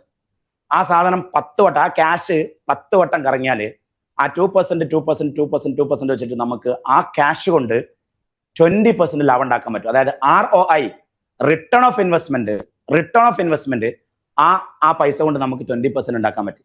നേരെ മറിച്ച് ഇതേ സ്റ്റോക്ക് വെറും 5 വട്ടേ കറങ്ങുന്നുള്ളൂ വിചാരിച്ചു, അതായത് 2 മാസത്തിൽ ഒരിക്കലേ കറങ്ങുന്നുള്ളൂ എന്ന് വിചാരിച്ചോ. അപ്പോഴും നമ്മൾ 2% തന്നെ പ്രോഫിറ്റ് ഉണ്ടാക്കുന്നുണ്ടാവുള്ളൂ, നെറ്റ് പ്രോഫിറ്റ്. ആ 2% 5 വട്ടം കറങ്ങിയാൽ നമുക്ക് ആകെ 10% ROI കിട്ടുന്നുള്ളൂ. ഒരേ സ്റ്റോക്ക്, ഒരേ ഇൻവെസ്റ്റ്മെന്റ്, ഒരേ പ്രൊഡക്റ്റ്, ഒരേ ഷോപ്പ്, ഒരേ കസ്റ്റമർ. പക്ഷെ സ്റ്റോക്ക് റൊട്ടേഷൻ നടക്കണം. വാങ്ങിയ സാധനം വേഗം വിറ്റിട്ട് അടുത്ത് വാങ്ങണം. അത് ഫാസ്റ്റ് മൂവിങ് ആയിരിക്കണം. അട്ടത്ത് കെട്ടി കടന്നു നമ്മുടെ പൈസയാണ് കിടക്കുന്നത്. അത് ROI ബാധിക്കും. നിങ്ങൾ കണക്ക് കൂട്ടുമ്പോൾ നിങ്ങളെ ഗ്രോസ് പ്രോഫിറ്റ് ഒക്കെ ഓക്കെ ആയിരിക്കും, കാരണം വിറ്റ സാധനത്തിന് ഗ്രോസ് പ്രോഫിറ്റ് ഉണ്ടാവുമല്ലോ. നെറ്റ് പ്രോഫിറ്റേക്ക് വരുമ്പോൾ പണി കിട്ടും, കാരണം റൊട്ടേഷൻ നടന്നിട്ടില്ല. ലാസ്റ്റ് ROIയിലേക്ക് റിട്ടേൺ ഓഫ് ഇൻവെസ്റ്റ്മെന്റ് ഇറക്കിയ പൈസന്റെ ബദലായിട്ട് എന്ത് കിട്ടും നോക്കുമ്പോൾ ഒന്നും കിട്ടിയിട്ടുണ്ടാവില്ല. അപ്പൊ നമ്മളിത് മെഷർ ചെയ്യുന്നുണ്ടാവില്ല. പ്രോഫിറ്റിലേക്ക് ഇപ്പം സെയിൽസ്മാൻ പലപ്പോഴും ഒരു സൂപ്പർ മാർക്കറ്റിൽ പോയി നോക്കിയപ്പോൾ അവിടെ ഭയങ്കര ഇടിമുറി ഉണ്ട്. ഇടിമുറി എന്തിനാ വെച്ചാല് ഈ പൈസ കക്കുന്ന അല്ലെങ്കിൽ ബില്ലടിക്കാതെ സാധനം കൊടുക്കുന്ന സെയിൽസ് പീപ്പിളിനെ അടിക്കാനുള്ളതാണ്. അപ്പൊ ഒരിക്കൽ ഞാൻ പോയപ്പോൾ അവിടെ ആകെ മൂക്കുന്നൊക്കെ ചോര ചെറുത്തും. പിന്നെ അപ്പൊ എന്താ നോക്കിയപ്പോൾ മുതലാളിയും അവന്റെ ചിങ്കിടികളും കൂടിയിട്ട് പിന്നെ ഇടിച്ചതാണ്, 4 പൂശതാണ് ഇടിമുറി. അപ്പൊ ഞാൻ ചോദിച്ചത്, ഇങ്ങനെയൊക്കെ ചെയ്ത് ഓൻ മരിച്ചാലോ, എന്തെങ്കിലും പറ്റിയാലോ, ഇങ്ങനെയൊക്കെ ചെയ്യാൻ പാടുണ്ടോ, അവനെ പിരിച്ചുവിട്ടാ പോരെ? അപ്പൊ അത് മറ്റുള്ള ബില്ലിംഗ് സ്റ്റാഫിന് ഒരു എക്സാമ്പിൾ ആവാൻ വേണ്ടി നിങ്ങൾ ഓല മുമ്പ് കൂടെ മൂക്കുന്ന ഇങ്ങനെ ചോരച്ച് ഇങ്ങനെ നടത്തിക്കാം. അങ്ങനത്തെ അന്തല്ലാത്ത പണിയെടുക്കും. എന്നാലും 2 CCTVയും 2 പ്രോപ്പറായിട്ട് സെക്യൂരിറ്റി സിസ്റ്റവും അവിടെ ഒരു സൂപ്പർവൈസറും സിസ്റ്റം ഒന്നും വെക്കൂല. ഇടിമുറിയും അതിനുള്ളൊക്കെ ഇൻവെസ്റ്റ് ചെയ്യും, ചിങ്കിടികൾക്കൊക്കെ ഇൻവെസ്റ്റ് ചെയ്യും. അപ്പം പല ആളുകൾക്കും പല രീതിയിലായിരിക്കും പ്രോഫിറ്റ് ലീക്ക് ആയിക്കൊണ്ടിരിക്കുന്നത്. ഒരു ഉദാഹരണം, പ്രോഫിറ്റ് ലീക്ക് എന്നതിലപ്പുറം പ്രോഫിറ്റ് ഇൻക്രീസ് നോക്കുകയാണെങ്കിൽ, ഇപ്പൊ നമ്മള് ഫാർമസിയിൽ നമ്മള് പിന്നെ പ്രോഫിറ്റ് ഇൻക്രീസിന് വേണ്ടിയിട്ട് ചെയ്ത one of the major 2 action അല്ലെങ്കിൽ 3 ആക്ഷൻ എന്ന് പറയുന്നത്, ഒന്ന് ഈ 17 അല്ലെങ്കിൽ 20 ഔട്ട്ലെറ്റും 20 പർച്ചേസ് ചെയ്യുന്നതിന് പകരം സെൻട്രൽ പർച്ചേസ് സിസ്റ്റം അല്ലെങ്കിൽ ഡ്രഗ് സ്റ്റോർ കൊണ്ടുവന്നുള്ളതാണ്. അതിന്മേൽ തന്നെ നമുക്ക് 1000 ബോട്ടിൽ കഫ് സിറപ്പ് വാങ്ങുന്നതിന് പകരം ഞങ്ങൾക്ക് 20,000 ബോട്ടിൽ കഫ് സിറപ്പ് ബാർഗെയിൻ ചെയ്യാൻ പറ്റും. ഭയങ്കര ലാഭമാണ് അതിന്മേൽ, കാരണം ആ ഒരു ബൾക്ക് പർച്ചേസിന്റെ വലിയ ലാഭമാണ്. അപ്പൊ ആ സെൻട്രൽ പർച്ചേസ് വല്ലാണ്ട് ഹെൽപ്പ് ചെയ്തിട്ടുണ്ട്. രണ്ടാമത്തത് കുറെ high GP products, for example nebuliser, BP apparatus, അങ്ങനെ കുറെ മെഡിക്കൽ എക്യുപ്മെന്റ്സ് ഉണ്ട്. ഈ സാധനങ്ങളൊക്കെ നമ്മൾ 80 രൂപയ്ക്ക് ഇവിടുന്ന് എടുത്ത് 120 രൂപയ്ക്ക് വിൽക്കുന്ന കൈൻഡ് ഓഫ് ഒരു സംഭവമാണ്. അത് നേരെ മറിച്ച് നമ്മൾ ചൈനയിൽ പോയി നല്ല സോഴ്സ് കണ്ടെത്തി സോഴ്സ് ചെയ്ത് നമ്മളെ ബ്രാൻഡ് അടിച്ച് കൊണ്ടുവരുമ്പോൾ നമുക്ക് ഇവിടെ എത്തുമ്പോൾ 80 രൂപയ്ക്ക് വാങ്ങിയിരുന്ന സാധനം നമുക്ക് ഇവിടെ എത്തുമ്പോൾ ചിലപ്പോൾ 38-40 ദിറംസേ വരുള്ളൂ. അത് അതേമാതിരി തന്നെ നമ്മൾ 120 വെക്കുന്നതിന് പകരം നമുക്ക് 100 വിൽക്കാം. കസ്റ്റമർക്കും 20 റുപ്യ ലാഭം, നമുക്കും 60 റുപ്യ ലാഭം. Which is sourcing, better sourcing. നമുക്ക് നമ്മുടേതായിട്ടുള്ള ഓൺ ബ്രാൻഡുകൾ ചെയ്യാൻ പറ്റും. മറ്റൊരു എലമെന്റ്, ഇപ്പൊ നമുക്ക് ഹെൽത്ത് സെഗ്മെന്റ് നോക്കുകയാണെങ്കിൽ നമുക്ക് ഏറ്റവും കൂടുതൽ ലാഭം കിട്ടുന്ന ഒരു പ്രൊഡക്റ്റ് ആണ് ഈ vitamins and vitality products. Calcium, magnesium, vitamins, അങ്ങനത്തെ സംഭവങ്ങളൊക്കെ, പിന്നെ പ്രോട്ടീൻസ്, ആ സാധനങ്ങളൊക്കെ. അപ്പൊ നമ്മുടെ പിന്നെ പ്രജിത്തൊക്കെ ചെയ്യുന്ന സാധനങ്ങൾ, അതില് നമ്മൾ ലോക്കൽ സോഴ്സിംഗ് ആണ് നമ്മൾ ചെയ്യുന്നതെങ്കിൽ നമുക്ക് ഒരു 300 രൂപയ്ക്ക് വിൽക്കുന്ന സാധനം നമുക്ക് ചുരുങ്ങിയത് 150 രൂപയ്ക്കേ നമുക്ക് കിട്ടുള്ളൂ മാർക്കറ്റിൽ. 300 രൂപയ്ക്ക് വിൽക്കുന്ന സാധനം നമുക്ക് 150 കിട്ടുള്ളൂ. പക്ഷെ അതേ സാധനം നമ്മൾ സ്പെയിനിൽ പോയിട്ട് എടുത്തു വന്നാൽ അതിന്റെ സുഖം എന്താ വെച്ചാൽ സ്പെയിനിൽ നിന്ന് നമ്മൾ നമ്മുടെ ബ്രാൻഡിൽ ചെയ്തു വരുമ്പോൾ അത് ഒരു യൂറോപ്യൻ പ്രൊഡക്റ്റ് ആവുകയും ചെയ്യും, ക്വാളിറ്റി പ്രൊഡക്റ്റ് ആവുകയും ചെയ്യും, അടിപൊളി പ്രൊഡക്റ്റ് ആവുകയും ചെയ്യും, മെയ്ഡ് ഇൻ സ്പെയിൻ അല്ലെങ്കിൽ മെയ്ഡ് ഇൻ ജർമ്മനി ആവുകയും ചെയ്യും. പ്ലസ് ആ സാധനം ഇവിടെ എത്തുമ്പോൾ 28 ദിറംസ് 30 ദിറംസേ ആവുള്ളൂ. നമുക്കത് 150 വിൽക്കാനും പറ്റും, മാർക്കറ്റ് കോമ്പറ്റീറ്റീവ് ആയിട്ട് വിൽക്കാനും പറ്റും, അടിപൊളി ലാഭം ഉണ്ടാക്കാനും പറ്റും. അപ്പൊ അവിടെ നമ്മളെ പ്രോഫിറ്റിനെ വല്ലാതെ അത്തരം high GP products, sourcing, central purchase, on brands വല്ലാണ്ട് ഹെൽപ്പ് ചെയ്യും. പിന്നെ സ്റ്റാഫിന് എപ്പോഴും നമ്മൾ ഒരാൾക്ക് 5000 ദിറംസ് സാലറി കൊടുക്കുന്നുണ്ടെങ്കിൽ അവനിൽ നിന്ന് പ്രൊഡക്ടിവിറ്റി കിട്ടിക്കോളാം. 50,000 ദിറംസിന്റെ 50,000 ദിറംസിന്റെ GP അവൻ ജനറേറ്റ് ചെയ്യണം. അത് 1 മാസം 2 മാസം 3 മാസം 4 മാസം ജനറേറ്റ് ചെയ്തില്ല കുഴപ്പമില്ല. 6 മാസത്തിൽ കൂടുതൽ അവനെ തീറ്റിപ്പറ്റാൻ പാടില്ല. അവനെ ചവിട്ടിയിട്ട് അടുത്ത ആളെടുക്കാം. വെരി സിമ്പിളാ. അങ്ങനെ ഓരോ സെഗ്മെന്റിലും സാധനം വരുന്നത്. ഇപ്പം നിങ്ങൾ വലിയ വലിയ ഗ്രൂപ്പുകൾക്ക് വരെ അമളി പറ്റാറുണ്ട് കേട്ടോ. ഒരു ഉദാഹരണം പറയാം. GCCയിലെ ഏറ്റവും വലിയ ഗ്രൂപ്പിന് പറ്റിയ അമളി എന്താന്ന് വെച്ചാൽ വളരെ ബൾക്കായിട്ട് പെപ്സി വരും. പെപ്സി വന്ന് റിസീവിങ്ങിൽ കയറിയിട്ട് ബില്ലടിച്ച് കയറണം. അത് അവര് അവിടെ നിന്ന് തന്നെ ട്രക്കിക്ക് മറച്ചു കൊടുത്തിട്ട് അവര് ലൈനിൽ ബക്കാലയിൽ വിറ്റ് ഭയങ്കര ലാഭമാണ്. ഇവിടെ ചെയ്യുന്ന ആൾക്കാർ ആരെങ്കിലും ഉണ്ടോ എന്നറിയില്ല. ലൈനിൽ വെക്കുന്ന ആൾക്കാർ ഭയങ്കര ലാഭമാണ്. കാരണം ഇത് ഓഫറിന് വരുന്ന പെപ്സിയാണ്. സാധാരണ പെപ്സി 1 രൂപയുടെ സാധനമാണെങ്കിൽ ഇത് 25 വയസ്സ് 50 വയസ്സൊക്കെ ഓഫറിന് വരുന്ന സാധനം. കാരണം ഈ പെപ്സി കുടിക്കാൻ വേണ്ടി വരുന്ന ആൾ വേണം നമ്മുടെ അടുത്ത് ബ്രെഡും മുട്ടയും പാലും മേടിക്കാൻ. അതിനാണ് നമ്മൾ ഈ സാധനം ചൂണ്ടലിട്ട് പിടിക്കുന്നത്. പക്ഷെ അത് ചൂണ്ടൽ ഇറങ്ങോട്ട് എത്തുന്നില്ല. അതിന്റെ മുമ്പ് തന്നെ ട്രക്ക് ടു ട്രക്ക് ബാക്ക്.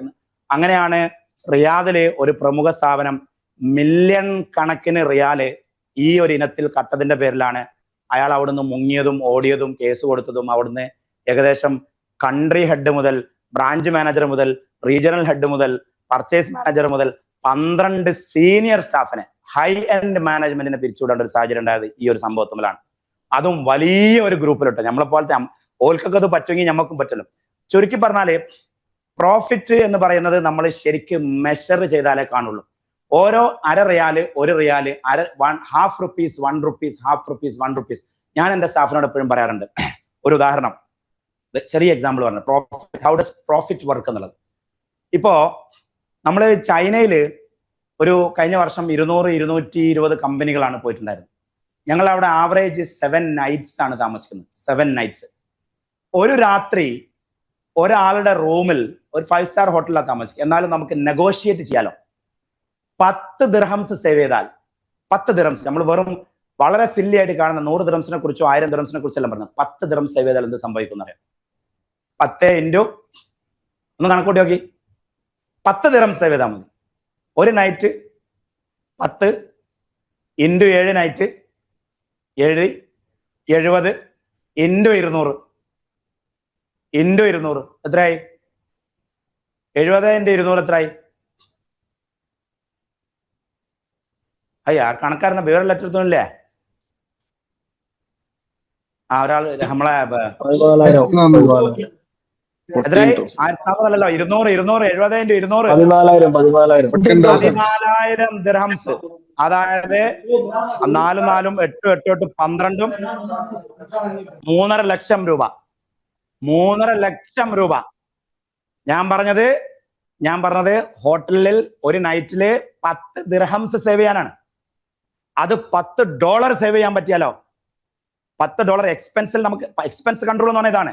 നമുക്ക് വെറുതെ ലാവിഷ് ആയിട്ട് സ്പെൻഡ് ചെയ്താൽ 1 riyal 2 riyal 3 riyal 1 riyal 2 riyal 3 riyal 1 riyal 2 riyal 3 riyal ഇങ്ങനെ നമ്മൾ ലീക്കാക്കും. ഇത് കണക്കൂട്ടി വരുമ്പോ വലിയ സംഖ്യ ആയിരിക്കും.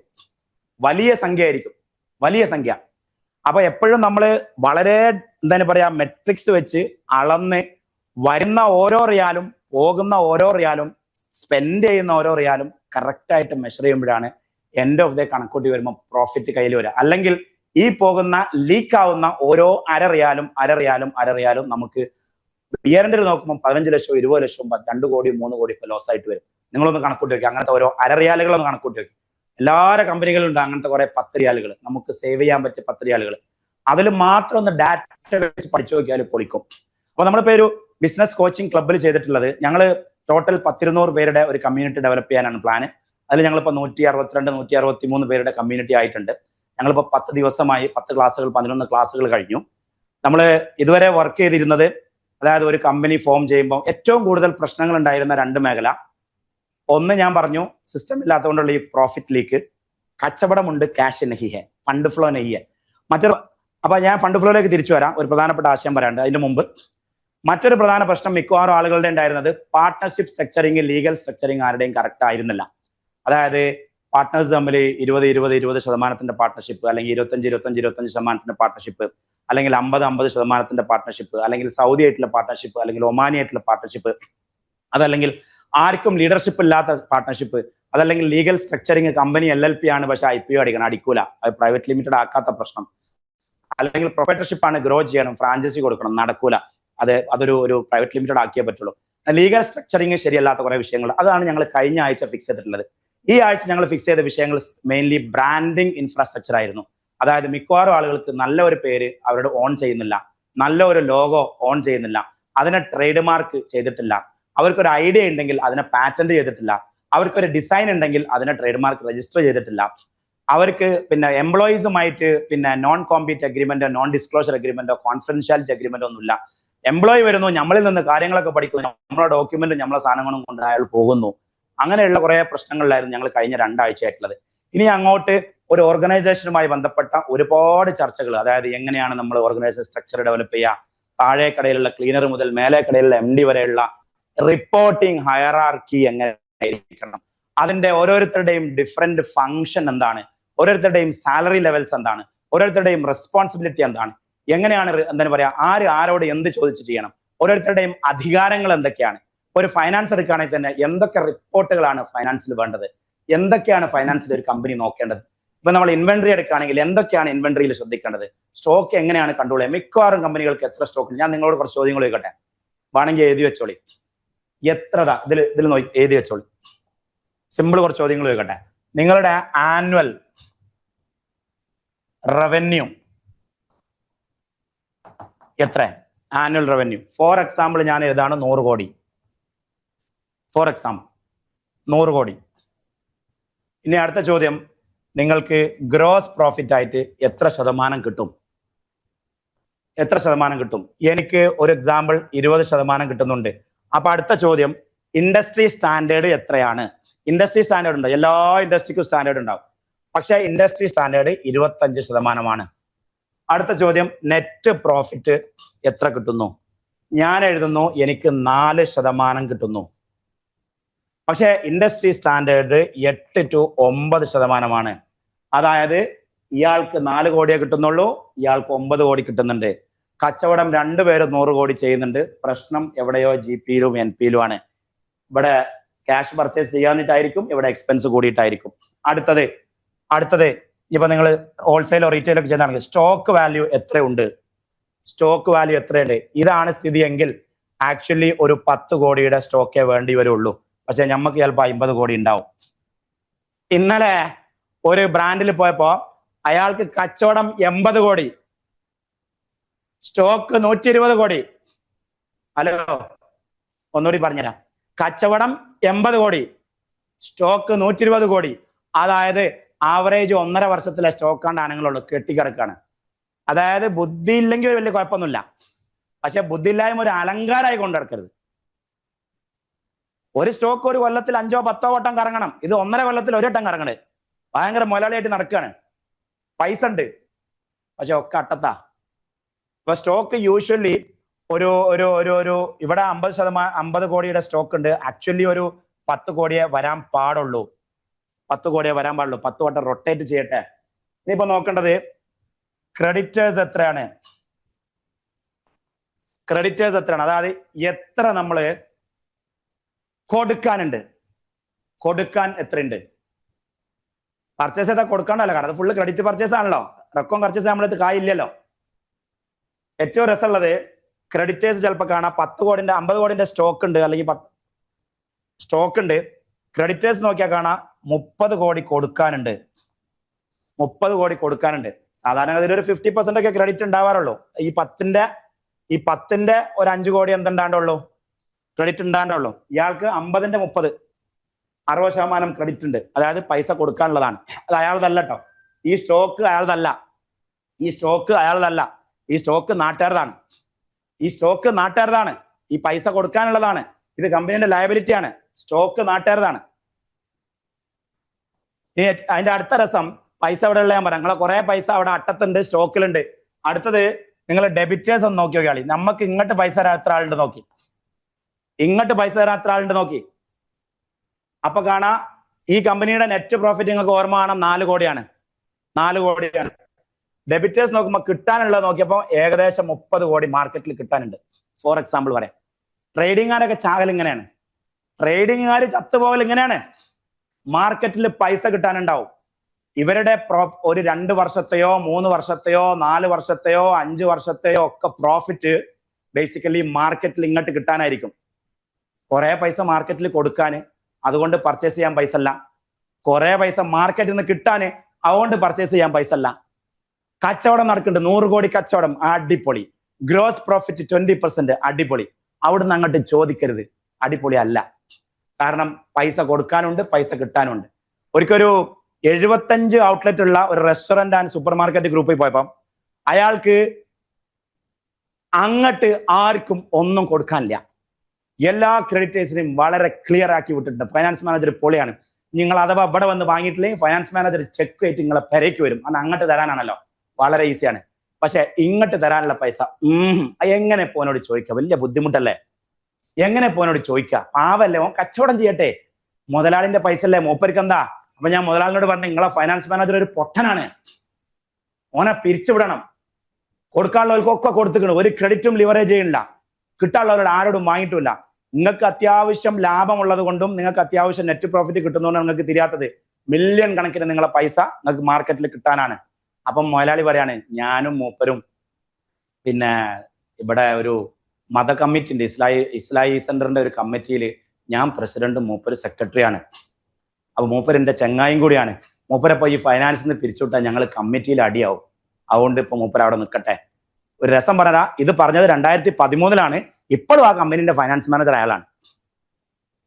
നിങ്ങൾക്കൊക്കെ പൈസ കിട്ടാണ്ടെങ്കിൽ വേഗം അല്ല പെരേക്ക് വരും കേട്ടോ ചെക്ക്. അങ്ങനത്തെ കമ്പനിക്ക് നിങ്ങൾ സാധനം കൊടുത്തോളി, കാരണം പെരേക്ക് ചെക്ക് വരും. അങ്ങോട്ട് കൊടുക്കണ്ട, ചോദിക്കൂല. അങ്ങനെ കുറെ ആൾക്കാരുണ്ട്. നിങ്ങൾ ഫൈനാൻസ് മാനേജർ അങ്ങോട്ട് കൊടുക്കുക ആർക്കും ഈസി ആണല്ലോ, അക്കൗണ്ടിലുള്ള പൈസ വാരിക്കോരി കൊടുക്കില്ല, ആർക്കും കൊടുക്കാലോ. ഇങ്ങോട്ട് വാങ്ങിയെടുക്കാൻ പഠിക്കാതെ. നമ്മളൊക്കെ പോളിസി ഇങ്ങോട്ടാണ് കിട്ടാതെ അങ്ങോട്ടാണ് കൊടുക്കൂല. അപ്പൊ നിങ്ങൾക്ക് ടിക്കറ്റ് എടുത്ത് തരണോ, ആദ്യ അക്കൗണ്ടിലേക്ക് പൈസ ഇട്ടോളി, ടിക്കറ്റ് എടുത്ത് തരും. ഹോട്ടൽ ബുക്ക് ചെയ്ത് തരണോ, ആദ്യ അക്കൗണ്ടിലേക്ക് പൈസ ഇട്ടോളി, തരും. ഓൾ ബിസിനസ്സുകൾ മൊത്തം അഡ്വാൻസ് പേയ്മെന്റ് ഇല്ലാത്ത പരിപാടിയില്ല. അല്ലാത്തൊരു ഡിസ്കൗണ്ട് ചോദിക്കുന്നവരോ, എന്തിനു പറയാ, EMI പേയ്മെന്റ് ചോദിക്കുന്നവരോ, പാർഷ്യൽ പേയ്മെന്റ് ചോദിക്കുന്നവരോ, അങ്ങനെയുള്ള ഒരാളേറ്റും ഇതുവരെ ഒരിടപാടും ഞാൻ നടത്തിയിട്ടില്ല. എന്റെ ഒരു ബിസിനസ്സിലും അഡ്വാൻസ് പേയ്മെന്റ് ഇങ്ങോട്ട് തരാത്ത, അത് ട്രാവൽ ആയാലും വേണ്ടില്ല, ബ്രാൻഡിങ് ആയാലും വേണ്ടില്ല, ട്രെയിനിങ് ആയാലും വേണ്ടില്ല, കോച്ചിങ് ആയാലും വേണ്ടില്ല, ഏത് കൈൻഡ് ഓഫ് ബിസിനസ്സിലും അഡ്വാൻസ് പേയ്മെന്റ് ഇങ്ങോട്ട് തരാതെ ഒരു പേയ്മെന്റ് നിങ്ങൾക്ക് വേണ്ടി അങ്ങോട്ട് ചെലവാക്കിയിട്ടില്ല. അതിന് വരുന്നോല് വരും, അല്ലാത്തോല് പോവും. ചുരുക്കി പറഞ്ഞാല് ബിസിനസ്. അതിന്റെ ഒരു ഉദാഹരണം കൂടി പറയാൻ നിർത്താം. GCCയിലെ ഒരു പ്രമുഖ ഇലക്ട്രോണിക് ഗ്രൂപ്പ് അവര് സൗദിയില് സെയിൽസ് കൂട്ടണം തീരുമാനിച്ച്. സെയിൽസ് പീപ്പിളിനോട് പറഞ്ഞു, നിങ്ങളെ സെയിൽസ് ടാർഗറ്റ് ഇരട്ടിയാക്കിയില്ലെന്ന്. ഓൽക്ക് എന്താ പ്രശ്നം? ഓല് ലോറിയിൽ സാധനം കയറ്റിട്ട് എല്ലാ ബക്കാലിലും സാധനം ഇറക്കി കൊടുത്ത്. സെയിൽസ് സാർ ഞങ്ങൾ അച്ചീവ് ചെയ്തിരിക്കുന്നു, സെയിൽസ് എല്ലാം 50 മില്യൺ സെയിലുള്ള സാധനം 100 മില്യൺ ആയിരിക്കുന്നു. സാധനം ആരതാ? ഓല് ബക്കാലിൽ ഇറക്കി കൊടുത്ത സാധനം ആരതാ? ഹലോ, മോലാളിന്റെ ഗോഡൌണിൽ ഇരുന്ന സാധനമാണ് അവിടെ ഇറക്കി കൊടുത്തേ.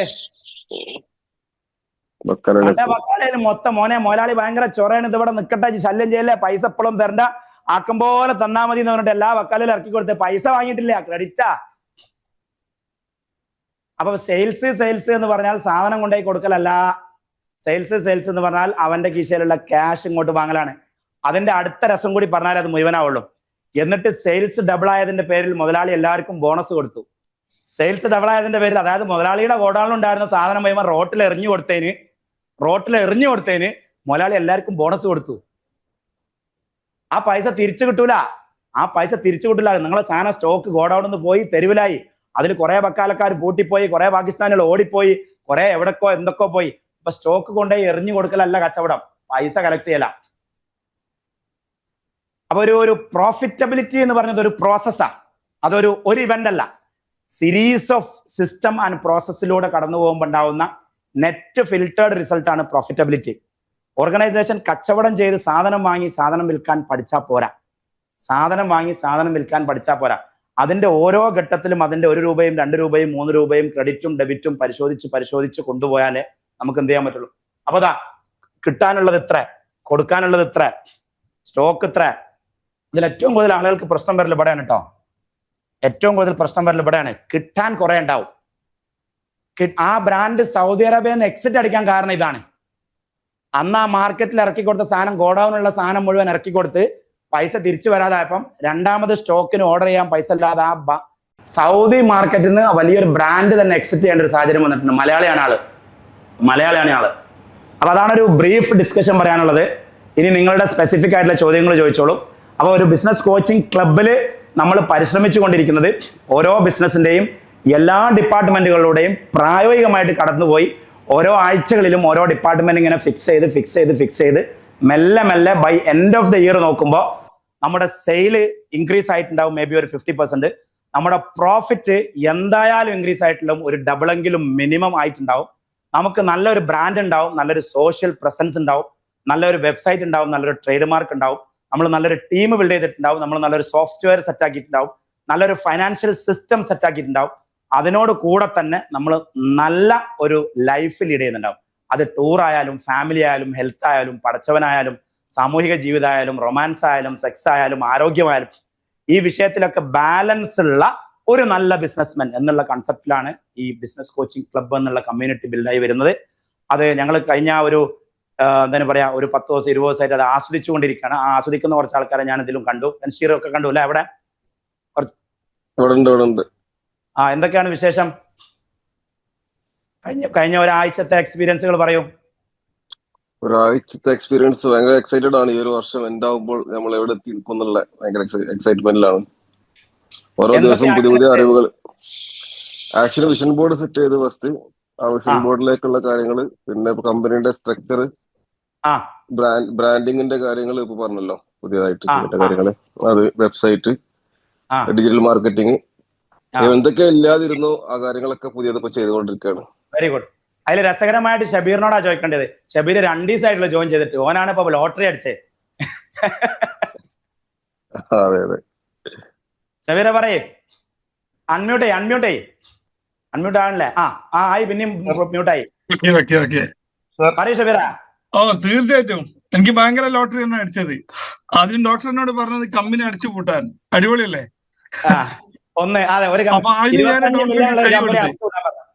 അതിന് ഞാൻ ഡോക്ടർക്ക് കൈ കൊടുത്ത് അല്ലേ ഡോക്ടർ? അത് ഏകദേശം എനിക്ക് തോന്നുന്ന ഏകദേശം ഒരു 25 to 30 മില്യൺ അടുത്ത് സെയിൽ നടത്തുന്നതാണ് ഡോക്ടറിനോട് പറഞ്ഞത് അത് അടിച്ചു കൂട്ടാൻ. ഞാൻ ഓക്കെ പറഞ്ഞു. കറക്റ്റ് അല്ലേ? പിന്നെ അടുത്തത് എനിക്കൊരു വലിയൊരു എമൗണ്ട് പോയത്, അതിനെങ്ങനെ സെറ്റിൽ ചെയ്യണമെന്ന് പറഞ്ഞു. അത് ഞാൻ അക്സെപ്റ്റ് ചെയ്തു. അത് ഇന്നലെ ഞാൻ ഫൈനലൈസ് ചെയ്തു. അത് ഡീല് ഉറപ്പിച്ചു, സെറ്റ് ആക്കിയത്. സമാധാനം കിട്ടിയോ അല്ലേ? അത് പറയും. തീർച്ചയായിട്ടും അടിപൊളി. ഓക്കെ, സമാധാനം കിട്ടി. സത്യം പറഞ്ഞാണെങ്കിൽ ഞാൻ തീരുമാനങ്ങൾ എത്താൻ പറ്റാതെ ഇങ്ങനെ വളരെ കഴിഞ്ഞ ഒരാഴ്ചയായിട്ട് ഞാൻ വല്ലാതെ മെന്റൽ പ്രഷറിലായിരുന്നു. അപ്പൊ ഞാൻ ഡോക്ടറെ വന്ന് കണ്ടു കഴിഞ്ഞതിന് ശേഷം ഞാൻ വളരെ ഹാപ്പിയാണ്. എനിക്ക് ആ തീരുമാനത്തിൽ എത്താൻ പറ്റി. ഇനി ആ കാര്യങ്ങളായിട്ട് എനിക്ക് മുമ്പോട്ടേക്ക് പോകണം ഇനി ഫ്യൂച്ചറിൽ. ബേസിക്കലി കോച്ചിങ്ങിന്റെ ഒരു റോള് പറഞ്ഞുതരാം. നിങ്ങൾക്ക് അതാത് സമയത്ത് ഓരോ പ്രശ്നങ്ങൾ വരുമ്പം അത് എന്റെ അടുത്ത് വന്ന് ചോദിച്ചിട്ട് സോൾവ് ചെയ്യുക എന്നുള്ളതല്ല ബേസിക്കലി കോച്ചിങ്ങിന്റെ റോള്. ഈ ഒരു കോച്ചിങ് പ്രോസസ്സിലൂടെ പോകുമ്പോ നിങ്ങൾ എന്ന ലീഡർ, നിങ്ങൾക്കുള്ളിലെ ലീഡർ ചില വാല്യൂസ് ആൻഡ് പ്രിൻസിപ്പിൾസ് പഠിക്കും, ടൂൾസ് ആൻഡ് ടെക്നിക്സ് പഠിക്കും. അത് വെച്ചിട്ട് നിങ്ങളുടെ ജീവിതത്തിൽ ഓരോ സമയത്തും വരുന്ന പ്രതിസന്ധികൾക്ക് ആവശ്യമായിട്ടുള്ള തീരുമാനങ്ങൾ എടുക്കാൻ നിങ്ങൾ തന്നെ പഠിക്കും. നിങ്ങൾക്കൊരു തീരുമാനം നല്ലതെടുക്കാൻ നിങ്ങൾക്ക് എന്റെ ആവശ്യമില്ലാത്ത ഒരു ദിവസം വരും. അതാണ് ഈ ഒരു ഡിസംബർ 2027 അല്ലെങ്കിൽ 2026 എന്ന് പറയുന്നത്. ബേസിക്കലി ഇതൊരു ലീഡർഷിപ്പ് കോച്ചിങ് പ്രോഗ്രാമാണ്, ലീഡർഷിപ്പ് ഡെവലപ്മെന്റ് പ്രോഗ്രാമാണ്. ഒരു ഡിസിഷൻ മേക്കിംഗ് പഠിപ്പിക്കുന്ന ഒരു പ്രോസസ്സാണ്. By end of the day ഒരു ബിസിനസ്മാൻ മാത്രമല്ല, നല്ലൊരു ഡിസിഷൻ മേക്കർ ആയിരിക്കും നിങ്ങൾ കേട്ടോ കോച്ചിങ്ങിലൂടെ കടന്നു പോകും. കാരണം കുറെ വാല്യൂസ് നമുക്ക് കിട്ടും. എവിടെ എന്ത് ആലോചിക്കണം, എന്ത് ചിന്തിക്കണം. ഞാൻ ഇന്നലെ ഷബീറിനോട് പറഞ്ഞത് 2 കാരണങ്ങളാണ്. ഒന്ന്, ചില വിട്ടുവീഴ്ചകൾ ചെയ്യാൻ പറഞ്ഞത് അദ്ദേഹത്തിന്റെ സമാധാനവും ഉറക്കവും ആരോഗ്യവും പോകുന്നത് കൊണ്ടും ഹാർട്ട് അറ്റാക്കും സ്ട്രോക്കും വരണ്ടെന്ന് വിചാരിച്ചിട്ടാണ്. സമാധാനം തിരിച്ചു കിട്ടിയെന്ന് പറഞ്ഞു. കമ്പനി 25-30 മില്യന്റെ കമ്പനി പൂട്ടാൻ പറഞ്ഞത് ആ കമ്പനിയുടെ ബിസിനസ് മോഡൽ അയാൾക്ക് അറിയില്ല. അയാൾ വേറെ ഒരു എഞ്ചിനീയറെ വെച്ച് തുടങ്ങിയതാണ്.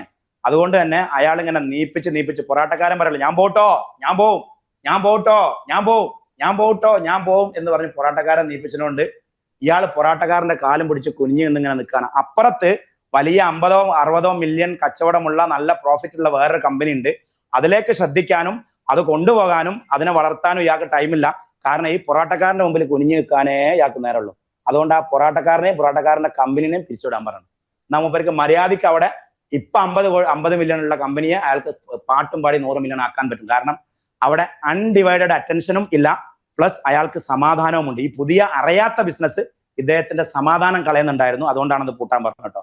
അത് പൂട്ടുന്നത് കൊണ്ട് അദ്ദേഹത്തിന് ലയബിലിറ്റി ഒന്നുമില്ല. പക്ഷെ ഈ വർഷം മര്യാദയ്ക്ക് വർക്ക് ചെയ്താൽ മറ്റതിൽ നമുക്ക് പൊളിക്കാൻ പറ്റും. അൺമ്യൂട്ട് ചെയ്യാൻ സംസാരിക്കാം. കൈ പൊന്തിച്ചിട്ട് ഞാനിവിടെ ഉണ്ട്. ആ പറയൂ സൽമാൻ, എവിടെ ഉള്ളത്? വിയറ്റ്നാമിൽ തന്നെയാണ്. നാളെ പോരും നാട്ടിലേക്ക്. ആ പിന്നെ കമ്പനി തുടങ്ങി വെച്ച് 2 കച്ചവടം ആകുമ്പോ ഇങ്ങനെ തെണ്ടി നടക്കല്ലോ. അല്ല ബിസിനസ് ട്രിപ്പ് തന്നെ. ബിസിനസ് ട്രിപ്പ് തന്നെ. അത് കുറെ കാര്യങ്ങള് ഞാൻ ഡോക്ടറായിട്ട് അമലിനോട് കുറച്ച് കാര്യങ്ങൾ സംസാരിച്ചിട്ടുണ്ട്. അപ്പൊ നമുക്കറിയാലോ, ഡോക്ടറെ അടുത്തേക്ക് നേരിട്ട് അങ്ങനെ ചോദിക്കാത്ത വേറെ ഒന്നുമല്ല. അമലിന്റെ ഭാഗത്തുനിന്ന് എല്ലാ സപ്പോർട്ടും കിട്ടുന്നുണ്ട് പക്ക പ്രോപ്പർ ആയിട്ട്. എന്ത് ഡൗട്ട് ഉണ്ടെങ്കിലും നിങ്ങളോട് ഡിസ്കസ് ചെയ്തിട്ട് അമല് കാര്യങ്ങൾ ക്ലിയർ ചെയ്ത് തരുന്നുണ്ട്. അപ്പൊ ഒരു സ്റ്റാർട്ടപ്പ് എന്നുള്ള രീതിയിൽ എനിക്ക് അതിന്റെ ഒരു ഉപകാരം, അതിന്റെ ഒരു കാര്യങ്ങൾ എനിക്ക് പക്കായിട്ട് എന്റെ എല്ലാ പ്രശ്നങ്ങളും ഇങ്ങനെ തീർത്ത് സ്റ്റെപ്പ് ബൈ സ്റ്റെപ്പ് ആയിട്ട് മുന്നോട്ട് പോകാൻ കഴിയുന്നുണ്ട്. എക്സലന്റ്. അപ്പൊ ഈ ഞാൻ പറയുന്നത്, ഞാനായാലും നിങ്ങളായാലും ഒരു മെന്ററിംഗ് ഇല്ലാതെ മുന്നോട്ട് പോയാൽ നിങ്ങളൊരു 10 വർഷം കൊണ്ട് ചെയ്യുന്നത് ഒരു മെന്ററിങ്ങോട് കൂടി മുന്നോട്ട് പോയാൽ നമുക്കത് 2 വർഷം ചെയ്യാൻ പറ്റും. Maximum 3 years. ഒന്ന്. 2, മെന്ററിംഗ് ഇല്ലാതെ നമ്മൾ പെടുന്ന 100 കുഴികളിൽ നിന്നും ഒരു മെന്ററിങ്ങിന് നമ്മളെ രക്ഷിക്കാനും പറ്റും. ഈ കുഴികളിൽ രക്ഷപ്പെടാന്ന് പെടുക എന്ന് പറഞ്ഞാൽ ഇത് മാത്രമല്ല, എന്തായാലും പറയാ, ക്യാഷ് പോകൽ മാത്രമല്ല, നമുക്ക് മാനസികമായിട്ട് ഒരു ട്രോമ വരാനുണ്ട്. മാനസികമായിട്ട് നമ്മൾ ഇങ്ങോട്ട് ചടച്ചു പോകും.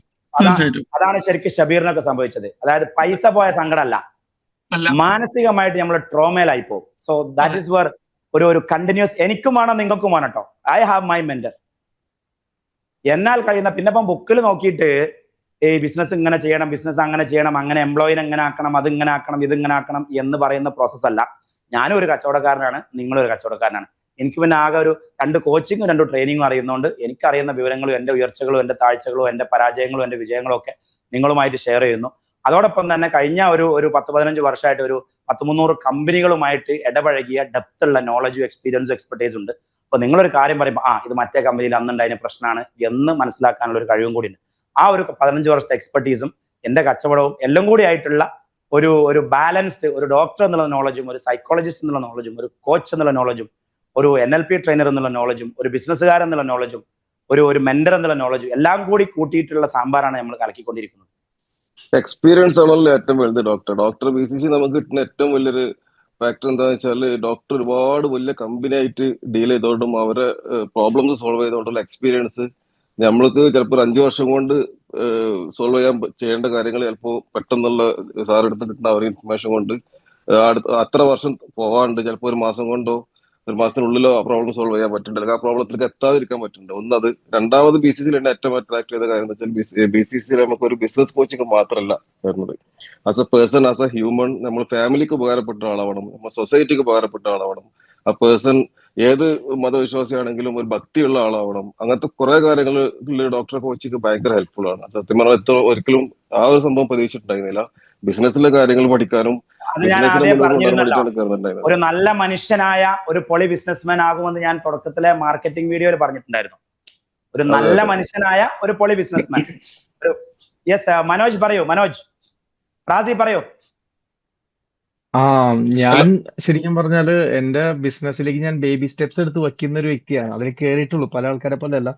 പക്ഷെ എനിക്കൊരു ഗുണം എന്ന് വെച്ചാല് ഒരുപാട് മിസ്റ്റേക്ക്, ഞാൻ കയറി കാലെടുത്ത് വച്ചത് ഒരു തീക്കുണ്ടിൽ വച്ചതുപോലെയാണ്. അപ്പൊ അതിന് തിരിച്ച് എത്രയും പെട്ടെന്ന് സ്റ്റെപ്പ് തിരിച്ചെടുക്കാൻ പറ്റി. എനിക്ക് പറ്റിയിട്ടില്ല ഇപ്പോഴും. ഞാൻ അതിന് 2 വർഷം പോയിരുന്നെങ്കിലോ?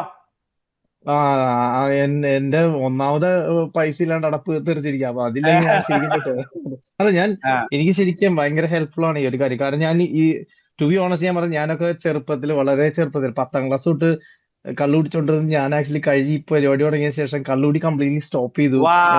അതുവരെ അത് വെരി ഗുഡ്. ഞാൻ അത് അതെനിക്ക് ഞാൻ Very good. ഇപ്പൊ പറഞ്ഞ വിഷൻ മനോജെ, ബോർഡ് അത് നമ്മളെ കൂടെ കൂടിയല്ലേ ജീവിതത്തിൽ 3 സാധനങ്ങളിൽ കൈവെക്കരുത്. 3 സാധനങ്ങളിൽ കൈവെക്കരുത്. 1 കള്ള്, 1 ഭാര്യയല്ലാത്ത പെണ്ണ്, 3 ലഹരി പദാർത്ഥങ്ങൾ, അതായത് സിഗരറ്റ്, കഞ്ചാവ്, MDM അങ്ങനത്തെ സാധനങ്ങൾ. അത് കൈവെക്കാതെ ഇരുന്നാൽ തന്നെ നമ്മളെ ജീവിതത്തിൽ 90% വിജയിച്ചു. എനിക്ക് ശരിക്കും വ്യത്യാസമുണ്ട്. ഒരു അത്ര ഈസി അല്ലായിരുന്നു. 2-3 ഈ പാർട്ടികളൊക്കെ പോകുമ്പോൾ അതിന്റെ ബുദ്ധിമുട്ട്. പക്ഷെ ഞാനിപ്പോ വെൽ കൺട്രോൾഡ്. എനിക്കിപ്പോ പോയാൽ അതിന്റെ ഒന്നും ആവശ്യമില്ല. നല്ല എനിക്ക് വേറെ ഒന്നുമല്ല. ഞാൻ അപ്പൊ പെട്ടെന്ന് ടെംപ്റ്റ് ചെയ്യും. അങ്ങനെ പെട്ടെന്ന് മാറില്ലല്ലോ. ഇതിപ്പോ നമ്മൾ എത്ര വർഷങ്ങളായിട്ടുള്ള ഒരു ഇതാണ്. അപ്പൊ മാറില്ല പെട്ടെന്ന്. പക്ഷെ ഈ പറഞ്ഞ പോലെ ടെംപ്റ്റ് ചെയ്യുമ്പോ എന്ത് ചെയ്യും, അപ്പൊ എന്റെ വിഷൻ ബോർഡ് എന്റെ ഫോണിലുണ്ട്. അപ്പൊ അതുകൊണ്ടേ ഒരു രസം പറയാ. ഞങ്ങള് മൂന്നാറില് ബിസിനസ് ഇമ്മർഷൻ പ്രോഗ്രാമിന്റെ ഇടയിൽ വിഷൻ ബോർഡൊക്കെ വരച്ച് ലാസ്റ്റ് 2 ഡേ ഉള്ളൂ ഇനി. അപ്പൊ ഞങ്ങൾ മൂന്നാർ സിറ്റിയിൽ വെറുതെ നടക്കാൻ വേണ്ടി വന്ന രാത്രി, ഇങ്ങനെ ബോറടിച്ചിട്ട് തല പുണ്ണായിട്ട്. അപ്പൊ എനിക്ക് കറക്റ്റ് ഓർമ്മയുണ്ട്, ജാഫർ ഭായ് നമ്മളൊരു ജ്വല്ലറിയുടെ ഉടമയാണ്. അപ്പൊ ഞങ്ങൾ മൂന്നാറിൽ ഇങ്ങനെ വണ്ടി ഇറങ്ങി ആ ഒരു എന്താ പറയാ, ഒരു ചായ ഉണ്ടല്ലോ, എന്താ പേര്, റിപ്പിൾ ട്രീ ഷോപ്പിന്റെ മുന്നിൽ ഇങ്ങനെ കാറൊക്കെ നിർത്തി ഞങ്ങൾ ചാരി നിന്ന് വെറുതെ ഇങ്ങനെ റിലാക്സ് ആയി നിൽക്കുക. അപ്പൊ ഒരാൾ വന്നാട്ടെ പറഞ്ഞ്, സാർ റൂം ഇருக்கு, കുളന്തരിക്ക് റൂം ഇருக்கு, ரொம்ப കുളന്തരിക്ക് റൂം ഇருக்கு എന്ന് പറഞ്ഞു. അതില് ജാഫർക്ക പറഞ്ഞേ, അതിന്റെ കുട്ടിയെ IPO അടിക്കേണ്ട ആളായി പോയി, അല്ലെങ്കിൽ നമുക്ക് നോക്കാനൊന്നും. അതായത് ഞങ്ങള് കഴിഞ്ഞ ദിവസമൊക്കെ ചർച്ച ചെയ്തത് ബിസിനസ്സിൽ ഒരു ബ്രാൻഡായിട്ട് വളർന്ന് വലിയ ഉയരങ്ങളിൽ എത്തണമെങ്കിൽ ജീവിതത്തിൽ അച്ചടക്കം കൊണ്ടുവരണം എന്നുള്ളതാണ്. അപ്പൊ പഴയ സ്വഭാവമാണെ നോക്കാനോ, പക്ഷെ IPO അടിക്കേണ്ട ആളായി പോയി. വിഷൻ ബോർഡ് ഇനി പോയിക്കോ.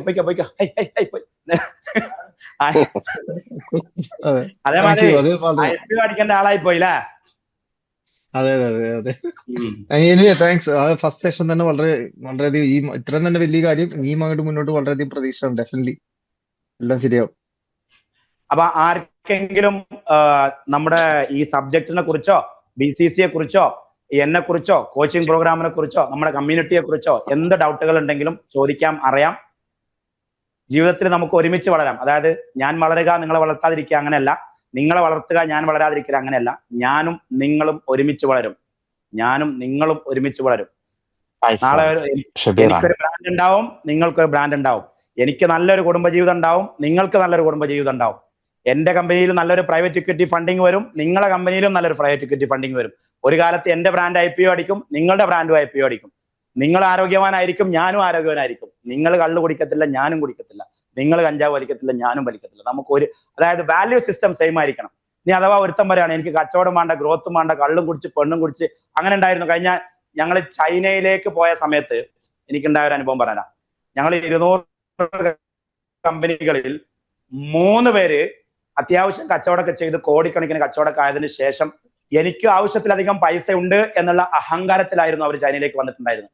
അപ്പൊ അതിന്റെ ഒരു ബുദ്ധിമുട്ട് എന്തായിരുന്നു വെച്ചാൽ, ഞങ്ങൾ ബസ്സിലിരുന്ന് എല്ലാവരും വളരെ എന്തോസിയാസ്റ്റിക് ആയിട്ട് ഈ ബ്രാൻഡിനെ കുറിച്ചും, ബ്രാൻഡിങ്ങിനെ കുറിച്ചും, ഫണ്ടിങ്ങിനെ കുറിച്ചും, IPOനെ കുറിച്ചും, പ്രൈവറ്റ് ഇക്വിറ്റി ഫണ്ടിങ്ങിനെ കുറിച്ചും, VC ഫണ്ടിങ്ങിനെ കുറിച്ചും ഒക്കെ വളരെ എന്താ പറയാ ഊർജ്ജസ്വലരായി ചർച്ച ചെയ്തുകൊണ്ടിരിക്കുന്ന സമയത്ത് ബാക്കിലിരുന്ന് അവൻ എന്ന് പറഞ്ഞിട്ട് ചിരിച്ചുകൊണ്ട് വെറുതെ നമ്മളെ ഏമാത്താന്ന് പറഞ്ഞില്ലേ.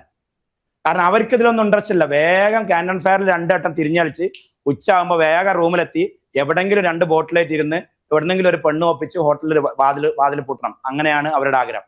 അങ്ങനെ ചിന്തിക്കുന്ന ആളുകൾ, അതായത് കച്ചവടമൊക്കെ മതി, കള്ളും പെണ്ണും ആയിട്ട് നടന്നാൽ മതി എന്ന് ചിന്തിക്കുന്ന ആളുകളെ എന്റെ കമ്മ്യൂണിറ്റിയിലേക്ക്, അല്ലെങ്കിൽ നമ്മുടെ കമ്മ്യൂണിറ്റിയിലേക്ക്, BCC കമ്മ്യൂണിറ്റിയിലേക്ക് സ്വാഗതം അല്ല. അങ്ങനത്തെ ആളുകൾക്കുള്ള ഇടം അല്ല ഇത്. ബിസിനസ് ചെയ്യാൻ ആഗ്രഹമുണ്ട്, ഇപ്പോൾ സെയിൽസ്മാൻ ആണ് സർ, ഹെൽപ്പ് ചെയ്യാം.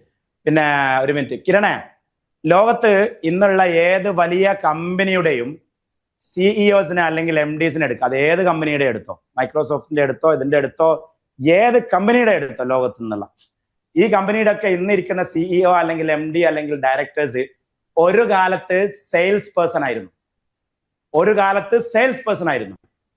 സെയിൽസിൽ വളർന്നു വന്ന ആൾ മാത്രമേ ബിസിനസ്മാൻ ആയിരുന്നു. ഇപ്പൊ നിങ്ങൾ എന്റെ മുമ്പിൽ ഇരിക്കുന്ന എല്ലാ ബിസിനസ്മാൻമാരും നോക്കി, നിങ്ങൾ ഒരു കാലത്ത് സെയിൽസ് പേഴ്സൺ ആയിരുന്നില്ലേ? ആ വാൻ സെയിൽസും മറ്റേ സെയിൽസും സെയിൽസിൽ കൂടിയിട്ടല്ലേ നമ്മൾ കച്ചവടക്കാരായത്. സർവീസ് പ്രോപ്പർ ആയിട്ട് വെക്കുന്നുണ്ട്.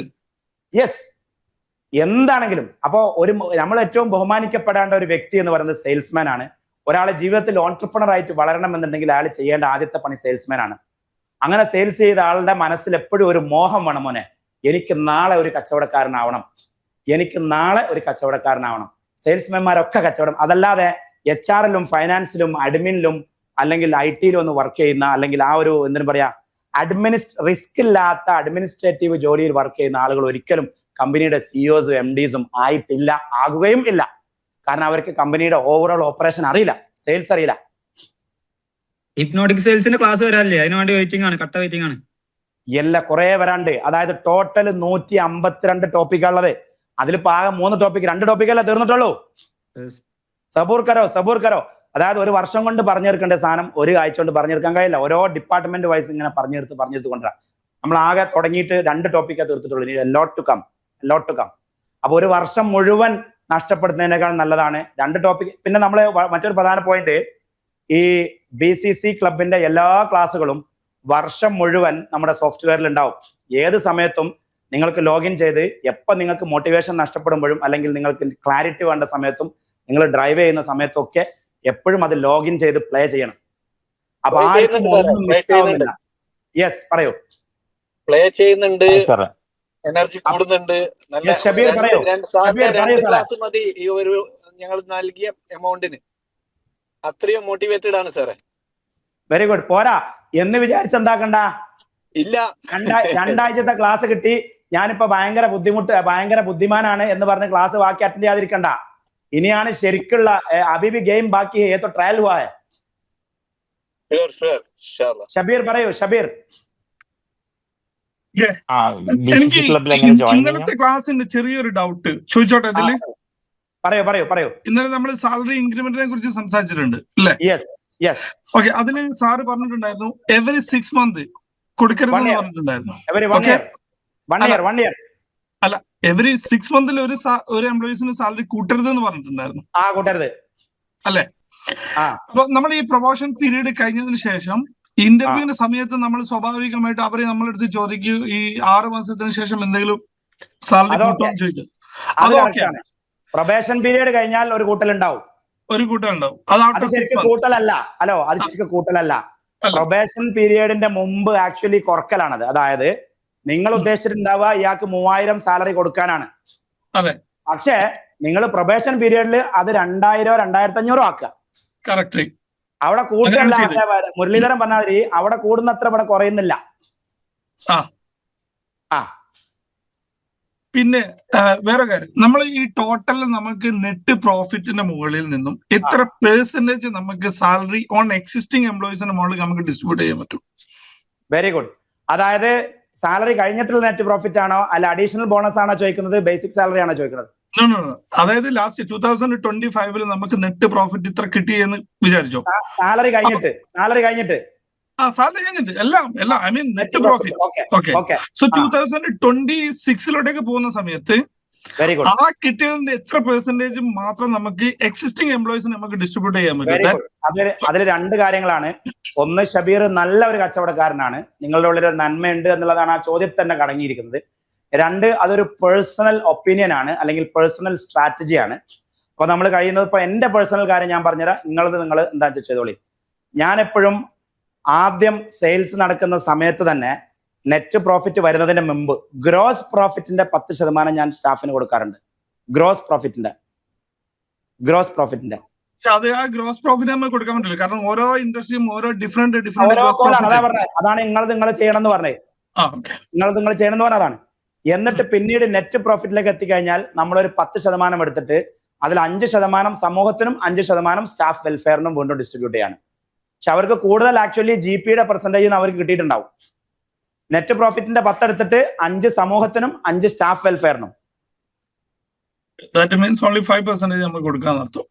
അല്ല, അതിന്റെ മുമ്പ് വേറെ 10 കൊടുത്തില്ല മോയി. അത് വലിയ സംഖ്യ. ജീപ്പിന്റെ 10 അത് വലിയ സംഖ്യയാണ്. ജീപ്പിന്റെ 10 എന്ന് പറയുന്നത് വലിയ സംഖ്യയാണ്. പിന്നെ നമ്മൾ ശരിക്കും സ്റ്റാഫിന് പൈസ ആയിട്ട് കൊടുക്കുന്നതിലും അപ്പുറം ഈ 5% സ്റ്റാഫ് വെൽഫെയറിനാണ് ഉപയോഗിക്കുന്നത്. സ്റ്റാഫിന്റെ കല്യാണം ഉണ്ടാവും, സ്റ്റാഫിന്റെ വീട് വെക്കൽ ഉണ്ടാവും, സ്റ്റാഫിന്റെ മറ്റു ആക്ടിവിറ്റീസ്. കാരണം പൈസ ഓൾറെഡി കൊടുത്തു കഴിഞ്ഞു. പൈസ ഓൾറെഡി നമ്മൾ ബോണസ് ഓറിയന്റഡ് ആയിട്ട് കൊടുത്തു കഴിഞ്ഞു. അപ്പൊ ചുരുക്കി പറഞ്ഞാല് ഒരു വർഷത്തിൽ അവർക്ക് സെയിൽസ്മാൻ ആണെങ്കിൽ അവർ ചെയ്ത GP-യുടെ 10% കിട്ടുന്നുണ്ടാവും. സെയിൽസ് പേഴ്സൺ അല്ലാത്തവന് ഒരു 3-4 ഒക്കെ ബോണസ് കിട്ടുന്നുണ്ടാവും വർഷത്തില്. 3-4 ഒക്കെ ബോണസ്. അപ്പൊ ചില ആളുകൾ വിചാരിക്കും ഇയാൾ എന്താ ഈ കിട്ടുന്ന പൈസ പോയി സ്റ്റാഫിന് കൊടുക്കാനാണോ എന്ന്. അങ്ങനെയല്ല മക്കളെ. സ്റ്റാഫിന് ഉണ്ടായാലേ നമുക്ക് ഉണ്ടാവുള്ളൂ.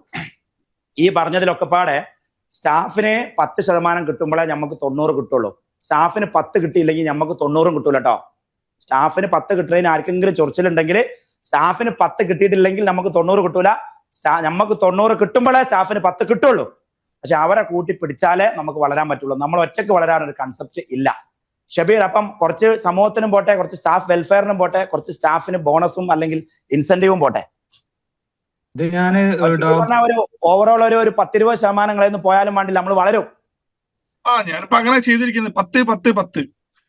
Very good, very good. അതായത് വെൽഫെയർ ഒരു പെർസെന്റേജ്, സാലറി ഒരു പെർസെന്റേജ്, പ്ലസ് മറ്റേ 10% നമ്മുടെ മറ്റേ എന്താ പറയാ മാർക്കറ്റിംഗ് അത് എന്നൊക്കെ പറഞ്ഞിട്ട്. അത് കൂട്ടില്ല. മാർക്കറ്റിംഗ് പിന്നെ നിങ്ങളെ സ്പെൻഡിങ്. ഷബീറെ പറയൂ. മറ്റേ ഷബീർ, വേറെ ഷബീറിന്റെ ഇവിടെ പറയൂ മോനെ. ഈ BCCയിൽ എങ്ങനെ ജോയിൻ ചെയ്യാൻ ഞാൻ ഈ വർഷം ഈ ഏപ്രിലുള്ള പിന്നെ നമ്മളെ കാനഡൻ ഫെയർ ട്രിപ്പിലുണ്ട്. ഇൻഡിവിജ്വൽ മെന്റർഷിപ്പോ അല്ലെങ്കിൽ BCCയിൽ എങ്ങനെ ജോയിൻ ചെയ്യാന്നുള്ളൊരു ഡൗട്ട്. നിങ്ങൾ ആദ്യം ചെയ്യേണ്ടത് ഒരു പ്രോസസ്സ് പറഞ്ഞുതരാം. നമുക്ക് ലേയേഴ്സ് ആയിട്ടുള്ള കോച്ചിങ് ഉള്ളത്. അപ്പൊ ആദ്യം നിങ്ങൾ ചെയ്യേണ്ടത് നമ്മുടെ കമ്മ്യൂണിറ്റിയിൽ അംഗമാവും ആദ്യം. അങ്ങനെ അംഗമാവുന്നതിന് നിങ്ങളുടെ ബിസിനസിന്റെ വോളിയം അനുസരിച്ച് ചെറിയൊരു സംഖ്യയാണ് നമ്മളൊരു വർഷത്തിന് ഫീസ് മേടിക്കുന്നത്. ഒരു വർഷത്തിനാണ്, വളരെ തുച്ഛമായ സംഖ്യയാണ്. അത് അംഗമായി കഴിയുമ്പോൾ ആദ്യമായിട്ട് നമ്മൾ തമ്മിലൊന്ന് ഇരിക്കും. ആ ഇരുത്തത്തിലാണ് നിങ്ങൾ എന്നെ പഠിക്കുന്നതും ഞാൻ നിങ്ങളെ പഠിക്കുന്നതും. എന്നിട്ട് നമ്മൾ ഈ വർഷത്തേക്കുള്ള ഒരു പ്ലാൻ ഉണ്ടാക്കും. നിങ്ങളിപ്പോ ചൈനയിൽ പോകുമ്പോഴും താമു കൊണ്ടോട്ടേക്ക് പോകുമ്പോൾ ചൈനയിൽ പോയിട്ട് കാര്യമില്ലല്ലോ. നിങ്ങൾക്ക് ആദ്യം ഒരു ഗോള് വേണ്ടേ? അല്ലെങ്കിൽ ആലിനാഥരത്ത് പോയാൽ നിങ്ങൾ പോയി പോരലേ ഉണ്ടാവുള്ളൂ. അപ്പൊ ഒരു ഗോള് സെറ്റ് ചെയ്ത് ഒരു പ്ലാൻ ആക്കി, പിന്നെ എന്നിട്ട് അടുത്തത് എഡ്യൂക്കേഷൻ നേടുക എന്നുള്ളതാണ്. അതായത് ത്രൂ ഔട്ട് ദ ഇയർ എല്ലാ ഡിപ്പാർട്ട്മെന്റുകളോടും കടന്നു പോയിട്ട് ഒരു ഭാഗത്ത് നമ്മൾ പ്രോഫിറ്റ് ഡബിൾ ആക്കുന്നു, ഒരു ഭാഗത്ത് നമ്മൾ ഓർഗനൈസേഷനെ സിസ്റ്റം ആക്കുന്നു. അപ്പൊ ഈ വർഷം ഏകദേശം അങ്ങനെ കഴിഞ്ഞു പോകും. എന്നിട്ട് നിങ്ങളുടെ സെയിൽസ് വോള്യവും നിങ്ങളുടെ ബ്രാൻഡിന്റെ സ്വപ്നവും അനുസരിച്ച് അത് ചിലപ്പോൾ നിങ്ങൾക്ക് ബിസിനസ് ഇമ്മർഷൻ വേണ്ടി വരും, നമ്മുടെ ബിസിനസ് വിഷൻ പ്ലാനിങ് ക്യാമ്പുകൾ വേണ്ടി വരും. ചിലപ്പോൾ ഞാൻ നിങ്ങളുടെ കമ്പനിയിൽ വന്നിട്ട് ഇൻഡിവിജ്വലൈസ്ഡ് കോച്ചിങ് ചെയ്യേണ്ടി വരും. നമ്മൾ നെസ്റ്റോയിലോ അല്ലെങ്കിൽ സിറ്റി ഫ്ലോറിലോ അല്ലെങ്കിൽ റോയൽ മാർട്ടിലോ അല്ലെങ്കിൽ ഇതിലൊക്കെ ചെയ്യുന്ന പോലെയുള്ള ജിപാസിലൊക്കെ ചെയ്യുന്ന പോലെ നിങ്ങളുടെ കമ്പനിയിൽ വന്നിട്ട് വർക്ക് ചെയ്യേണ്ട ഒരു സാഹചര്യങ്ങൾ ഉണ്ടാവും. അത് എല്ലാ കമ്പനിക്കും വേണ്ടി ആവശ്യമില്ല, അത് വോള്യത്തിനനുസരിച്ചേ വരേണ്ടതുള്ളൂ. അപ്പൊ നിങ്ങൾക്ക് എന്താണോ ആവശ്യം, ചിലപ്പോൾ നിങ്ങൾ പെണ്ണുങ്ങളെ തെറ്റിയിട്ടുണ്ടാവുക, നമ്മൾ ശരിയാക്കി തരാം. ചിലപ്പോൾ നിങ്ങൾ പടച്ചോനെ തെറ്റിയിട്ടുണ്ടാവും, അത് നമുക്ക് ശരിയാക്കി തരാം. ചിലപ്പോൾ നിങ്ങളെ തന്നെ തെറ്റിയിട്ടുണ്ടാവും, ഉണ്ടാവില്ല നമ്മളെ തെറ്റില്ല. നമ്മൾ ചിലപ്പോ അങ്ങനെയുണ്ട്, നമ്മളെ തെറ്റും. ചിലപ്പോ സെൽഫ് ഹേറ്റഡ് എന്ന് പറയുന്നത് സ്വയത്തോടുള്ള പുച്ഛവും വെറുപ്പും അങ്ങനെ ഉണ്ടെങ്കിൽ അത് നമുക്ക് ശരിയാക്കാം. ഇൻ സമ്മറി, നിങ്ങളുടെ ആരോഗ്യവും നിങ്ങളുടെ കുടുംബവും നിങ്ങളുടെ സമാധാനവും നിങ്ങളുടെ പടച്ചവനും സമൂഹവും ഒക്കെ ഏറ്റെടുത്ത് അത് ശരിയാക്കുന്നതോടൊപ്പം തന്നെ നിങ്ങളുടെ കച്ചവടത്തെ എടുത്ത് വളർത്തി ബ്രാൻഡാക്കി നെക്സ്റ്റ് ലെവലിലേക്ക് കഴിഞ്ഞ ഒരു 15-10 വർഷം കൊണ്ട് നിങ്ങൾ ഗ്രോ ചെയ്തതിന്റെ അത്രയോ അതിൽ കൂടുതലോ അടുത്ത 3 വർഷം കൊണ്ട് നിങ്ങൾ ഗ്രോ ചെയ്യും in all aspects of life. That is my guarantee and which is realistic, which is very realistic. Welcome to business. പറയൂ. എങ്ങനെ സ്റ്റാർട്ട് ചെയ്യാം? നിങ്ങളുടെ നമ്പർ അവിടെ ടൈപ്പ് ചെയ്തിട്ടോളൂ, അല്ലെങ്കിൽ അമലാണ് ഞാൻ സാധാരണ. സോറി, നാളെയാണ് BCCയുടെ നെക്സ്റ്റ് ഫസ്റ്റ് സെഷൻ ഉള്ളത്. അതെ, നാളെ. അപ്പം ഇന്ന് തന്നെ നിങ്ങൾ ടീമിനെ ബന്ധപ്പെട്ട് ടീമുമായിട്ട് സംസാരിച്ച് ജോയിൻ ചെയ്ത് നാളെ മുതൽ ക്ലാസ് അറ്റൻഡ് ചെയ്ത് തുടങ്ങുക. നിങ്ങൾ എവിടെയാണുള്ളത് ഷബീർ സാഹിബ്? ഞാൻ ഷാർജയിൽ ഖുർഫുഖാനിലുള്ളത്. അപ്പൊ ഞാന് ഒരു സാധാരണ ഞാൻ കമ്മ്യൂണിക്കേറ്റ് അമലെ 17-ാം തീയതി ഞാന് രാത്രി ഞാൻ ദുബായിലെത്തും. അപ്പൊ 18-ാം തീയതി നമുക്ക് ദുബായിൽ വെച്ച് മീറ്റ് ചെയ്യാം. ഓക്കെ, അപ്പൊ നിങ്ങൾ നാളെ ജോയിൻ ചെയ്ത് നാളെ മുതൽ ക്ലാസ് അറ്റൻഡ് ചെയ്ത് തുടങ്ങിക്കോളൂ. നമ്മുടെ ഒരു ഗോൾ പ്ലാനിങ്ങിന് വേണ്ടിയിട്ടുള്ള മീറ്റിംഗ് 18-ാം തീയതി ദുബായിൽ വെച്ച് നടക്കും. അപ്പൊ ഇവിടെ ദുബായിലുള്ള ആളുകളൊക്കെ 18-19 ദിവസങ്ങളിലേക്ക് മീറ്റിംഗ് ഷെഡ്യൂൾ ചെയ്തോളൂ കേട്ടോ. ഞാൻ എല്ലാ മാസവും ദുബായിലും സൗദിയിലും എല്ലായിടത്തും ഉണ്ടാവും. ജിദ്ദയിലുള്ള ആളുകൾ 15, 16, 17 ദിവസങ്ങളിൽ മീറ്റിംഗ് ഷെഡ്യൂൾ ചെയ്തോളൂ കേട്ടോ. ജിദ്ദയിലുള്ള ആളുകൾ പേഴ്സണൽ മീറ്റിംഗ് ആണോ അതോ ഗ്രൂപ്പ് മീറ്റിംഗ് ആയിരിക്കും? പേഴ്സണൽ മീറ്റിംഗ്, ഗ്രൂപ്പ് മീറ്റിംഗ് എല്ലാ മാസവും നടക്കും. എല്ലാ രാജ്യത്തും ഗ്രൂപ്പ് മീറ്റിംഗ് വേറെ നടക്കും. ഇത് നിങ്ങളിപ്പോ ഇന്നലെ എന്നെ വന്ന് മീറ്റ് ചെയ്തില്ലേ ഷബീർ ഭായി? അത് നിങ്ങളുടെ ഒരു അത്യാവശ്യമായിരുന്നല്ലോ. അതുപോലെ ഇവർക്കൊക്കെ മുട്ടി നിൽക്കുന്നുണ്ടാവും നമ്മളൊന്ന് മീറ്റ് ചെയ്യാന്, പല പ്രശ്നങ്ങളും സോൾവ് ചെയ്യാൻ വേണ്ടിയിട്ട്. അതിന് വേണ്ടിയിട്ടുള്ള പ്രാഥമിക മീറ്റിംഗ് ആണ് ഞാൻ അറേഞ്ച് ചെയ്യാൻ പറഞ്ഞത്. പിന്നെ ഇഫ്താർ പാർട്ടി ഉണ്ട്, സൗദിയിലും ഇഫ്താർ പാർട്ടി ഉണ്ട്, ദുബായിലും ഇഫ്താർ പാർട്ടി ഉണ്ട്, എല്ലായിടത്തും ഇഫ്താർ പാർട്ടി ഉണ്ട്. ഞാനിപ്പോ ഒരു മീറ്റിംഗിനുള്ള നോട്ട്സ് തയ്യാറാക്കി കൊടുക്കുക. പറഞ്ഞോളൂ. യെസ് പറയൂ സൽമാനെ. ഞാനിപ്പോ ഒരു മീറ്റിംഗിനുള്ള നോട്ട്സ് തയ്യാറാക്കിയോണ്ടേ നിൽക്കാണ്. വാല്യുബിൾ ആയിട്ടുള്ള ഒരു മീറ്റിംഗ് ആവണമെന്ന് വിചാരിച്ചിട്ട്. Very good very good very good. Doctor 3 പേര് ചോദ്യങ്ങൾ ചോദിക്കുന്നുണ്ട്. ഒന്ന് ഫോൺ എടുക്കട്ടെ. അത് എല്ലാവരും സൂം യൂസർ നേടിക്കൊണ്ട് നിങ്ങളെ പേരറിയില്ല. ആ പച്ച ടീഷർട്ട് ഇട്ട വെളുത്ത താടി ഉള്ള ബഹുമാന്യനായ പേര് പറയൂ സാറേ. യൂസുഫ് ഭായ് പറയൂ. യൂസുഫ് ഭായ് പറയൂ. നിങ്ങൾ സൂം മീറ്റിംഗ് കയറുമ്പോഴേ ഒരു എറ്റിക്കേറ്റ് ആണ്. സൂം മീറ്റിംഗ് കയറുമ്പോൾ നിങ്ങളെ പേര് എഴുതണം കേട്ടോ. എന്നാൽ നമുക്ക് നിങ്ങളെ ബഹുമാനിക്കാൻ പറ്റുള്ളൂ. നിങ്ങളെ പേര് വിളിച്ചിട്ട് പറഞ്ഞോളൂ യൂസുഫ് ഭായ്. യൂസുഫ് ഭായ് പറഞ്ഞോളൂ. യൂസുഫ് ഭായ് പറയുമ്പോൾ ഞാൻ മ്യൂട്ടിലാണ് അദ്ദേഹം. എന്നാ അടുത്ത ആള് പറയാ. നമ്മുടെ പൈലറ്റിന്റെ വേഷത്താള്. യൂസുഫ് ഭായ് പറയൂ. അസ്സലാമലൈക്കും. വലൈക്കും പറയൂ. എന്റെ പേര് ഷാവുൽ ഹമീദ്. ഞാൻ ബഹ്റൈനിലാണ്. ഷാവുൽ ഹമീദ്. എവിടെയാ ബഹ്റൈനിലാ? സാറിനായിട്ട് ഒരു 15 മിനിറ്റ് 1 സംസാരിക്കണം എന്നുണ്ടെങ്കിൽ എന്ത് ചെയ്യണം? ഇൻഷാ അല്ലാഹ് നമ്മുടെ കമ്മ്യൂണിറ്റിയുടെ മെമ്പർ ആവണം. കാരണം എന്തുകൊണ്ടെന്ന് ഞാൻ പറഞ്ഞുതരാം. എനിക്ക് ഒരു ദിവസം 150 മുതൽ 250 വരെ എൻക്വയറീസ് വരും. ഇതേ എൻക്വയറി. എന്റെ കയ്യിൽ ആകെ വർക്കിംഗ് അവർ 12 അല്ലെങ്കിൽ 16 മണിക്കൂറേ വർക്കിംഗ് അവർ ഒരു ദിവസത്തിലുള്ളൂ. അതിൽ ഞാൻ ആരെയൊക്കെ മീറ്റ് ചെയ്യും. അതിൽ 2 ടൈപ്പ് ആളുകളുണ്ട്. എന്നിൽ അല്ലെങ്കിൽ എന്റെ പ്രോസസ്സിൽ 1 രൂപയും ഇൻവെസ്റ്റ് ചെയ്യാത്ത ആളുകളുണ്ട്. അല്ലെങ്കിൽ എന്നെ ഒന്ന് മീറ്റ് ചെയ്യാൻ വേണ്ടി ലക്ഷങ്ങൾ അടച്ചിട്ട് വെയിറ്റ് ചെയ്യുന്നവരുണ്ട്. ആർക്ക് ഞാൻ സമയം കൊടുക്കണം? പൈസ തന്നിട്ട് വെയിറ്റ് ചെയ്യണല്ലോ. അതെ അതെ. അതുകൊണ്ടാണ് ഞാൻ പറഞ്ഞത്. ഞാൻ ഹെൽപ്ലെസ് ആണ്. എനിക്ക് അഹങ്കാരമൊന്നുമില്ല ഭായ്. എനിക്ക് അഹങ്കാരമൊന്നുമില്ല. ഞാൻ ഹെൽപ്ലെസ്സാ. ഒരു മനുഷ്യനെന്ന രീതിയിൽ എനിക്ക് പേയ്മെന്റ് ചെയ്ത് വെയിറ്റ് ചെയ്ത ആളുകൾക്ക് തന്നെ കൊടുക്കാൻ സമയമില്ലാത്ത ഒരു സാഹചര്യം ഉണ്ട്. Be part of the community. We will extend all means of help to you, please. Yusuf bhai എനിക്കൊന്ന് ആഡ് ചെയ്യാനുണ്ട്. അത് റിയലി വേർത്തായിരിക്കും. കാരണം ഞാനിപ്പോൾ ഈ കമ്മ്യൂണിറ്റിയിലായിരുന്നിട്ട് ഇപ്പോൾ 1 മാസത്തിൽ അധികമായി. നമുക്ക് എല്ലാവിധ സപ്പോർട്ടും ഡോക്ടറുടെ കയ്യിൽ നിന്ന് കിട്ടും. കാരണം ഞാനൊരു ബേസിക്കലി ഒരു അക്കാഡമീഷ്യനായിരുന്നു. കഴിഞ്ഞ വട്ടം ഞാൻ ഡോക്ടറെ കാണാൻ വേണ്ടി മാത്രം UK നിന്ന് ദുബായിൽ എത്തിയ ആളാണ്. അപ്പോൾ എല്ലാവിധ നമ്മളെ മൊത്തത്തിൽ മനസ്സിലാക്കിയിട്ടാണ് ഡോക്ടർ നമുക്കുള്ളൊരു കോച്ചിങ് തരുന്നത്. അപ്പോൾ ഓരോ കാൻഡിഡേറ്റ്സിന് കൃത്യമായിട്ട് മനസ്സിലാക്കി അവർക്ക് യൂസ്ഫുൾ ആയുള്ള അഡ്വൈസസാണ് ഡോക്ടർ തരുന്നത്. അതാണ് ക്ലാസ്സിൽ ഇൻക്ലൂഡ് ചെയ്യുന്നത്. നമുക്ക് എല്ലാ ബിസിനസ് കവർ ചെയ്യുന്ന രീതിയിലാണ് നമ്മളൊരു പ്രീ കോച്ചിങ് ആക്ടിവിറ്റീസ് ചെയ്തിട്ട് ആ രീതിയിലാണ് നമ്മളെ ഒരു കോച്ചിങ് നടത്തുന്നത്. അപ്പോൾ I would highly recommend this programme to anyone. നമുക്ക് മീറ്റ് ചെയ്യാം. നിങ്ങൾ ആരുമായിട്ടാണ് സംസാരിക്കുന്നത്? അമലുമായിട്ടാണോ? സംസാരിക്കുന്നത് ഡോക്ടർ. അതിന്റെ മുമ്പ് വേറെ zoom user. Abdul Samad notebook. എന്റെ പേര് Abdul Samad, notebook advertising Dubai. Abdul Samad bhai പറയൂ. എന്റെ ചോദ്യം, നമുക്ക് ഈ പെർഫോമൻസ് മെട്രിക്സിൽ എന്തെങ്കിലും ഡോക്യുമെന്റ്സ് ഉണ്ടാവുമെന്ന് ചോദിക്കാൻ വേണ്ടിയിട്ടാണ്. എല്ലാ ഡിപ്പാർട്ട്മെന്റിന്റെയും മെട്രിക്സ് ഡോക്യുമെന്റ് ഓരോ ദിവസവും പ്രൊവൈഡ് ചെയ്തുകൊണ്ടേയിരിക്കും. സെഷനും മെട്രിക്സ് ഉണ്ടാവും. അത് എല്ലാ ഡിപ്പാർട്ട്മെന്റിനും ഉണ്ടാവും. എല്ലാ സബ്ജക്ട്, ഫൈനാൻസ് ആണെങ്കിലും HR ആണെങ്കിലും. ഇപ്പൊ നമ്മൾ 2 പ്രധാന വിഷയങ്ങളാണ് കഴിഞ്ഞത്. ഒന്ന് ബ്രാൻഡിംഗ് മെട്രിക്സും ഒന്ന് ഫൗണ്ടേഷൻ ഓഫ് ബിസിനസ് അല്ലെങ്കിൽ ലീഗൽ മെട്രിക്സ്. ഇത് 2 മാത്രമേ കഴിഞ്ഞിട്ടുള്ളൂ. അത് ഓൾറെഡി ഓൺലൈനിൽ റെഡി ഉണ്ട്. എല്ലാ ഡോക്യുമെന്റ്സും അവിടെ അപ്ലോഡ് ചെയ്തിട്ടുണ്ട്. നിങ്ങൾക്ക് ജസ്റ്റ് ലോഗിൻ ചെയ്ത് വീഡിയോ കേട്ട് അത് ചെയ്ത് അവിടെ അപ്ലോഡ് ചെയ്ത്. ഇതൊരു സെൽഫ് പേസ്ഡ് പ്രോഗ്രാം ആണ്. അതായത് ഒരാൾ വീഡിയോ കേൾക്കുന്നു, അതിന്റെ നോട്ട്സ് വായിക്കുന്നു, അതിന്റെ ആക്ടിവിറ്റി ചെയ്യുന്നു, അവിടെ സബ്മിറ്റ് ചെയ്യുന്നു, ഞാനത് റിവ്യൂ ചെയ്യുന്നു. എന്തെങ്കിലും ഫീഡ്ബാക്ക് ഉണ്ടെങ്കിൽ നമ്മൾ പരസ്പരം സംസാരിക്കുന്നു. നമ്മുടെ ടീം ഫുൾ ഉണ്ട്. ഞങ്ങൾ 10-25 പേരുടെ ഒരു ടീമാണ്. ഇറ്റ്സ് എ ഫുൾ എന്താ പറയുക ഇൻഫ്രാസ്ട്രക്ചർഡ് പ്രോഗ്രാം ആണ്. അപ്പൊ അത് സ്റ്റെപ്പ് ബൈ സ്റ്റെപ്പ്. സ്റ്റെപ്പ് 1 ചെയ്തവനെ 2 ചെയ്യാൻ പറ്റുള്ളൂ, 2 ചെയ്തവനെ 3 ചെയ്യാൻ പറ്റുള്ളൂ, 3 ചെയ്തവനെ 4 ചെയ്യാൻ പറ്റുള്ളൂ. അപ്പൊ ഈ ഒരു ബിസിനസ്സിൽ ഒരു മനുഷ്യന്റെ ജീവിതത്തിൽ ഏതൊക്കെ ഡിപ്പാർട്ട്മെന്റ് ഉണ്ടോ ആ ഡിപ്പാർട്ട്മെന്റിലൂടെ ഒക്കെ ഈ കോച്ചിങ് പ്രോഗ്രാം സമഗ്രമായി കടന്നു പോകുമെന്നുള്ളതാണ് എന്റെ promise. Abdul Samad. Thank you sir. ഇതിപ്പോ ഞാൻ എങ്ങനെ പറഞ്ഞ് മനസ്സിലാക്കും വരെ? എന്റെ സബീർ സാറെ, എന്റെ ഫൻസീർ സാറെ, എന്റെ ബിൻഡോ സാറെ, ഞാൻ എങ്ങനെയാണ് ഈ BCCയിൽ വരാത്ത ഒരാളെ, കമ്മ്യൂണിറ്റിയിൽ ജോയിൻ ചെയ്യാത്ത ഒരാളെ ഞാൻ എങ്ങനെയാണ് പറഞ്ഞ് മനസ്സിലാക്കേണ്ടത്? അല്ല, ഞങ്ങളുടെ ടെസ്റ്റിമോണിയൽസ് മാത്രം മതിയല്ലോ ഡോക്ടർ. കാരണം ഞങ്ങൾ അതുപോലെ ഞങ്ങൾ എക്സ്പീരിയൻസ്ഡ് ആളുകളാണ് പറയുന്നത്. ഞങ്ങൾ അത്രമാത്രം എക്സ്പീരിയൻസ്ഡ് ആണ്. ഞങ്ങൾ ഈ 2-3 മാസം ആഴ്ച കൊണ്ട് ഞങ്ങൾക്കുള്ള ചേഞ്ചസ് ഓരോരുത്തർക്കും അറിയാം. എന്തുമാത്രം ചേഞ്ചസ് നമ്മുടെ ആക്ടിവിറ്റീസിൽ, നമ്മുടെ ഗോൾ സെറ്റിംഗ്സിൽ, നമ്മുടെ ബിസിനസിന്റെ എന്തിനാവട്ടെ. ഡോക്ടർ ബിൻഡോ സാർ എന്റെ കുഞ്ഞാമ്മന്റെ മോനൊന്നും അല്ലട്ടോ. ഞാൻ മൂപ്പരെ പരിചയപ്പെട്ട 2 ആഴ്ച ആയിട്ടുള്ളൂ. നമ്മള് ജെനുവിൻ ആയിട്ടാ പറഞ്ഞത്. Genuine from the heart. നിങ്ങൾ ആരെയും ഞാൻ ആക്ച്വലി അറിയില്ല. നമ്മൾ കമ്മ്യൂണിറ്റി ആയിട്ട് വന്ന് നമ്മൾ കോമൺ ഗോളിലേക്ക് വന്ന ആളുകളാ.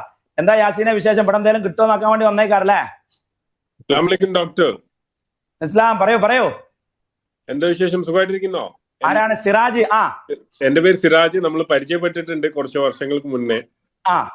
പറയൂ. ഞാൻ റിയാദിലായിരുന്നു, എയർ ഇന്ത്യയിൽ വർക്ക് ചെയ്യുന്നു. ഓക്കെ. നമ്മളാണോ പണ്ട് ആസർബൈജാനിൽ നിന്ന് കാട്ടിന്ന് പരിചയപ്പെട്ടെ? അല്ലല്ല, നമ്മള് റിയാദിനാ പരിചയപ്പെട്ടു, റിയാദ് എയർപോർട്ടിൽ. റിയാദിനാണ്. പറയൂ. ഇപ്പൊ എവിടെ, എന്ത് ചെയ്യുന്നു, എന്ത് ഹെൽപ്പ്, എന്ത് സപ്പോർട്ടാ വേണ്ടേ? ഞാനിപ്പോ ജിദ്ദയിലാണ് ഉള്ളത്.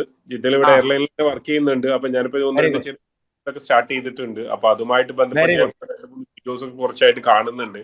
അപ്പം എനിക്ക് കമ്മ്യൂണിറ്റിയിൽ ജോയിൻ ചെയ്യണം. അപ്പൊ അങ്ങനെയൊക്കെ ആയിട്ടുള്ള ഒരു ഇതുമായിട്ട് ഞാൻ വന്നിട്ടുള്ളത്. നിങ്ങൾ പെടാതെ മുന്നോട്ട് പോകണമെങ്കിൽ ഇത്തരം ഒരു, അതായത് ഈ ഒറ്റപ്പെട്ട ആട്ടിൻകുട്ടിയെ സിംഹം കടിക്കുന്ന, അതെ തീർച്ചയായിട്ടും, ഒറ്റപ്പെട്ട ആട്ടിൻകുട്ടികളൊക്കെ സിംഹം തിന്നുപോകും. കൂട്ടത്തിൽ നടക്കുന്ന ആടെ ലക്ഷ്യത്തിലെത്തുള്ളൂ. തീർച്ചയായിട്ടും. നാളെ ക്ലാസ് ഉണ്ട്, ഇന്ന് സെറ്റാക്കുക, നാളെ ജോയിൻ ചെയ്യാം. ജിദ്ദയിൽ ഞാൻ 14-ാം തീയതി വരുന്നുണ്ട്. 15-ാം തീയതി നമുക്ക് മീറ്റ് ചെയ്യാം. ഓക്കെ 15-ാം തീയതി ജിദ്ദയിലുണ്ട് അല്ലേ? ഓക്കെ. അപ്പൊ ഇത് നമ്മൾ ആരായിട്ടാണ് കോർഡിനേറ്റ് ചെയ്യേണ്ടത്? എനിക്ക് സിറാജ് സാഹിബ് ആരായിട്ടാ സംസാരിക്കുന്നത്? ഒന്നെങ്കിൽ അവിടെ നമ്പർ ടൈപ്പ് ചെയ്തിട്ട് കൊടുക്കും, അല്ലെങ്കിൽ നിങ്ങളെ നമ്പർ അവിടെ ടൈപ്പ് ചെയ്തിടും. ഓക്കെ ഞാൻ ഇതിൽ ടെക്സ്റ്റ് ചെയ്യാം, എന്റെ നമ്പർ ടൈപ്പ് ചെയ്യാം. യെസ്. മുഹമ്മദ് റാഫി പറയൂ. അസ്സലാമു അലൈക്കും വറഹ്മത്തുള്ളാഹി. Good evening sir. പറയൂ സർ. എന്റെ പേര് റാഫി. ഞാൻ ദുബായിലാണ്. ഞാൻ ബിസിനസ് ചെയ്യാണ്. ഒരു ബിസിനസ് സെന്റർ ആണ്. ഒരു 3 years ആയിട്ട്. നമ്മുടെ ഷബീർ സാഹിബിനൊക്കെ പോരാ. ഷബീർ സാഹിബ് സെയിം ബിസിനസ് കൂടി ഉണ്ട് അദ്ദേഹത്തിന്. പറയൂ. സാറിന്റെ ക്ലാസ്സിലുള്ള എനിക്ക് തോന്നുന്നു ജംഷാദിന്റെ ഫ്രണ്ടാണ് ഞാൻ. ഞാനാണ് പരിചയപ്പെടുത്തീനെ. മതി. സാർ, അപ്പോ ജംഷാദ് പാവാണ്. ഓനിപ്പം എന്റെ അടുത്ത് വന്ന് കുടുങ്ങിക്ക. കാരണം ചില സമയത്ത് നമ്മളുണ്ടല്ലോ ഈ കുഴി മാന്തി ഒക്കെ അതിന്റെ മേലെ സ്ലാബ് ഇട്ടാട്ട് മേലെ പിന്നെ എന്താ പറയാ പുല്ലൊക്കെ ഇട്ടാട്ട് കസാലിട്ട് ഇരിക്കല്, അങ്ങനെ ഇരിക്കാനാണ്. ഞാൻ എല്ലാ സ്ലാബ് തുറന്നാണ് മാന്തി കൊടുത്ത്. അപ്പോഴേക്ക് ഫൗണ്ടേഷൻ മൊത്തം പൊളിഞ്ഞു വീണ്. അതെ, അല്ല അതാ നല്ലത്. പറയൂ റാഫിയ. അപ്പോ സാറിന്റെ ഇൻസ്റ്റയിലൊക്കെ ഞാൻ കുറച്ച് റീൽസ് ഒക്കെ കാണാറുണ്ട്. പക്ഷെ എന്തായാലും എന്താണ് കാര്യങ്ങൾ, ഇതിന്റെ കോഴ്സ് എന്താണ്, നമുക്ക് എന്തൊക്കെയാണെന്നൊക്കെ ഡീറ്റെയിൽസ് ഒക്കെ ഒന്ന് അറിയാൻ വേണ്ടിയിട്ടും, ഒന്ന് പറ്റുമോ, കാണാൻ പറ്റുമോ എന്നൊക്കെ അറിയാനൊക്കെ വേണ്ടിയിട്ടാണ് ഞാനിപ്പോ അറ്റൻഡ് ചെയ്തിട്ടുള്ളത്, എന്താണെന്നൊക്കെ അറിയാൻ. യെസ്. ഇനി എന്ത് അടുത്ത സ്റ്റെപ്പ് എടുക്കാൻ എന്ത് സപ്പോർട്ടാണ് നിങ്ങൾക്ക് വേണ്ടത്? അതായത് ഇപ്പൊ ഞാനൊരു ഫുഡ് സ്റ്റഫിന്റെ ഒരു ബിസിനസ് സ്റ്റാർട്ട് ചെയ്യാൻ വേണ്ടി പോകണം. എന്റെ കൂടെ ഒരു പാർട്ട്ണർ ഉണ്ട്. ഓൾറെഡി എന്റെ പാർട്ട്ണർ എന്ന് പറയുന്ന ഒരു 15 years ആയിട്ട് മാർക്കറ്റിലുള്ള ആളാണ്. അപ്പൊ എനിക്കാണെങ്കിൽ മാർക്കറ്റ് അത്യാവശ്യം ഒരു 6 years ആയിട്ട് UAE മാർക്കറ്റ് അറിയാം.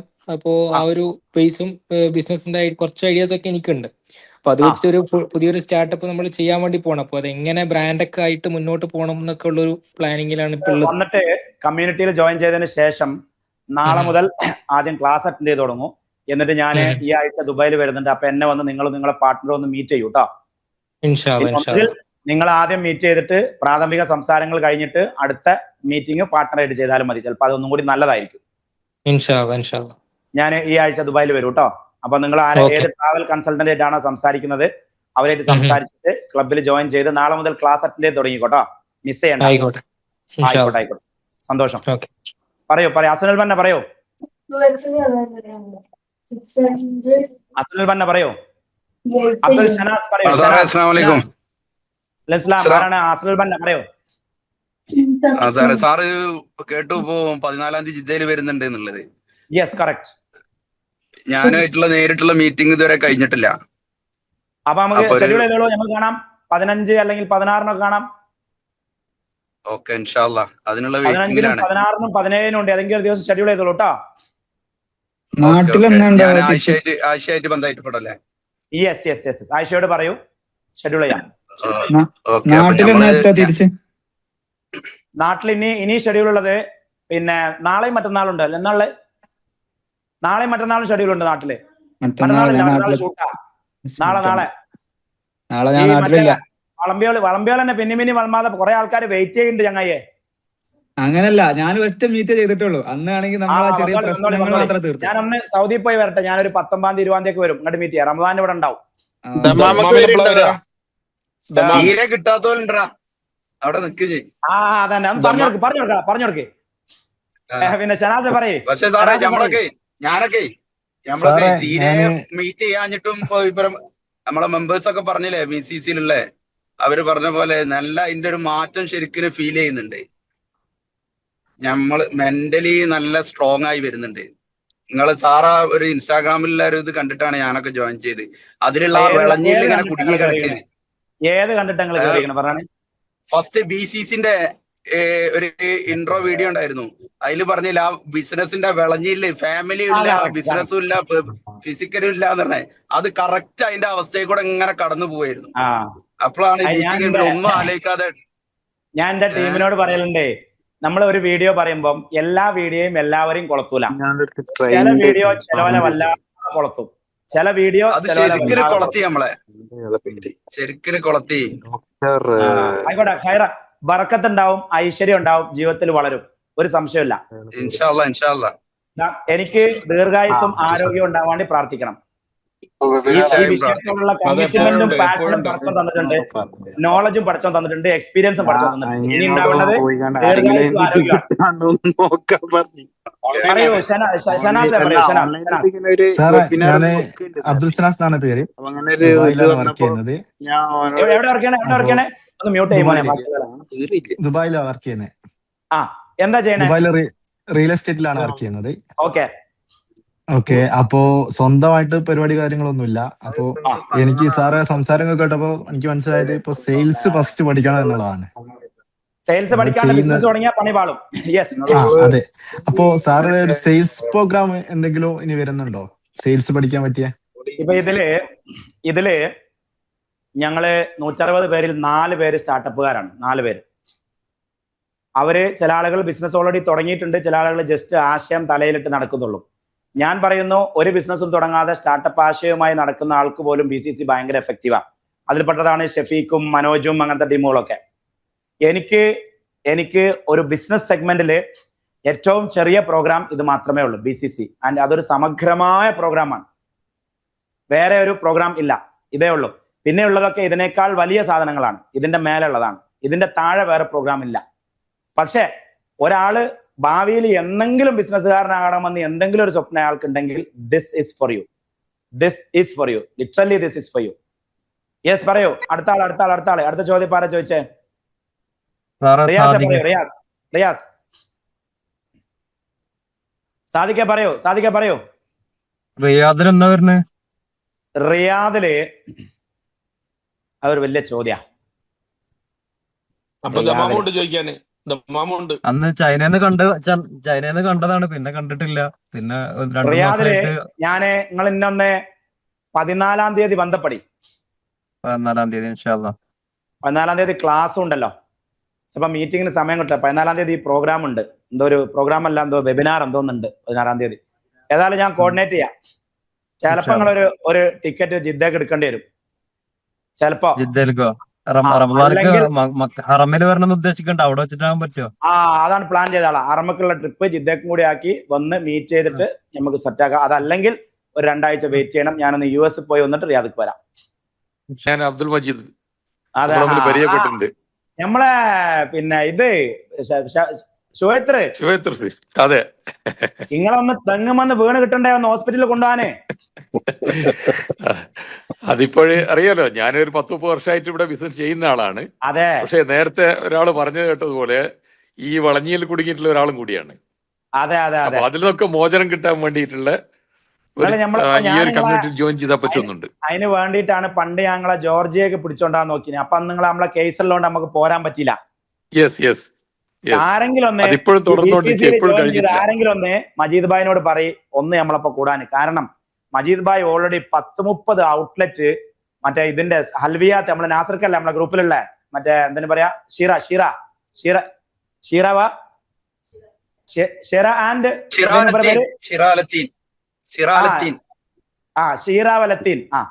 ഷീറാവലത്തീൻ പോലെ തന്നെയുള്ള വേറെ ഒരു ബ്രാൻഡാണ് മജീദ് ഭായിയുടെ അൽ ഷുവൈത്ര. നിങ്ങൾ ഇവിടെ പോയാക്കാണ്, ബഹ്റൈനിൽ പോയാക്കാണ്. 10-30 ഹലാവ ബഹ്റൈൻ. അപ്പൊ അത് ആക്ച്വലി കിടിലൻ സാധനമാണ്. പക്ഷെ മൂപ്പര് തുടങ്ങിയ കാലത്ത് ഒരു BCC ഇല്ലാത്തത് കൊണ്ട് മൂപ്പർക്ക് ചില അമളികൾ പറ്റി. അത് ഇൻഷാ അല്ലാഹ് നമുക്ക് റിക്കവർ ചെയ്ത് കൊണ്ടുവരാൻ പറ്റും. ജീവിതം ഇനിയും റീസ്റ്റാർട്ട് ചെയ്യാൻ പറ്റും. എല്ലാം ഇനിയും തിരിച്ചു പിടിക്കാൻ പറ്റും. അതാണ് ഞാൻ പറഞ്ഞത്, നിങ്ങൾ ഒന്ന് വീണ് കിട്ടിയാൽ നമുക്ക് കൊണ്ടുപോയി. മജിദ്ക്കായി ജോയിൻ ചെയ്യൂ, നമുക്ക് കമ്മ്യൂണിറ്റി ഒന്ന് ഭയങ്കര ക്വാളിറ്റി ഉള്ളതാക്കാം. അത് അൺമ്യൂട്ട് ചെയ്യൂ മജീദ് ഖാ. പുതിയ പുതിയ ആളുകളൊക്കെ വരട്ടെ, നല്ലൊന്ന് ഇല്ല ഉഷാറാക്കാം. മജീദ് ഖാനെ നമുക്ക് ആവശ്യമുണ്ട്. കാരണം മൂപ്പര് ആള് പവർഫുൾ ആണ്. മൂപ്പര് പൊളിറ്റിക്കലി പവർഫുൾ ആണ്, സോഷ്യലി പവർഫുൾ ആണ്, വെൽത്ത് വൈസ് പവർഫുൾ ആണ്, റിലീജിയസ്ലി പവർഫുൾ ആണ്. അങ്ങനത്തെ ആളുകൾ വരുമ്പോഴല്ല നമ്മളെ കമ്മ്യൂണിറ്റിയുടെ സ്ട്രെങ്ത് വരുള്ളൂ. അതെ നമുക്ക് ഞങ്ങളെയൊക്കെ ഒന്ന് ശക്തിപ്പെടുത്തൂ. നമ്മളെക്കാളും എക്സ്പീരിയൻസ് ഉള്ള ആളുകൾ വരുമ്പോ നമുക്ക് ഒരുപാട് പഠിക്കാണ്ടാവും. ഒറ്റ കുറവേ ഉള്ളൂ ആൾക്ക്, GCCയിൽ ജോയിൻ ചെയ്തില്ല എന്നുള്ള. മജീദ് ഖാ പിന്നെ ഇങ്ങോട്ട് തീരുമാനം എടുക്കാൻ ഇങ്ങനെ ഒരു ബുദ്ധിമുട്ട്. ഞങ്ങളൊന്ന് അടിച്ച് ശരിയാക്കിയാണ് പറയാം. മജീദ് ഖാൻ അൺമ്യൂട്ട് ചെയ്യ്. ഞങ്ങളെ ചീത്ത പറയട്ടെ, അൺമ്യൂട്ട് ചെയ്യ്. വിളങ്ങിന്ന് കേറാനേ. വിളങ്ങിയിൽ കുടുങ്ങിയിട്ടേ അൺമ്യൂട്ട് ചെയ്യൂ മജീദ് ഖാ. ബഹ്റൈൻകാർക്ക് പൊതുവെ അവഗണനാണ്. ഞാനും ബഹ്റൈനാണ്. ബഹ്റൈനിൽ വരൂ. ബഹ്റൈനിൽ ഞാനിപ്പോ മജീദ് ഖാനോട് ചോദിച്ചു നോക്കി. ഒരാഴ്ച ഞാൻ ബഹ്റൈനിൽ ഉണ്ടായിരുന്നു. മജീദ് ഖാന്റെ കൂടെ തന്നെയായിരുന്നു ഞാൻ. ഇതേപോലെ തന്നെ ഞാൻ 25 വർഷമായി. നമ്മളെ കരക്ക ആഷിം ഖാ, മജീദ് ഖാ ഓലൊക്കെ കൂടെ തന്നെയായിരുന്നു ഞാൻ ബഹ്റൈനിൽ ഉണ്ടായിന്. മജീദ് ഖാൻ അൺമ്യൂട്ട് ചെയ്യാൻ പറ്റുന്നില്ല മജീദ് ഖാ കേട്ടോ. 25 വർഷമായി ഇവിടെ. 8ഓളം ബ്രാഞ്ച് ഉണ്ട്. ദുബായില് 2 ബ്രാഞ്ച് ഉണ്ട്. ഞാന് ഇതേപോലെ തന്നെ വളഞ്ഞു കുടുങ്ങി കെടുക്കുന്ന പോലാണ് ഇവിടുന്ന് നിങ്ങൾ ഞമ്മളിപ്പോ കൂടിയില്ലല്ലോ.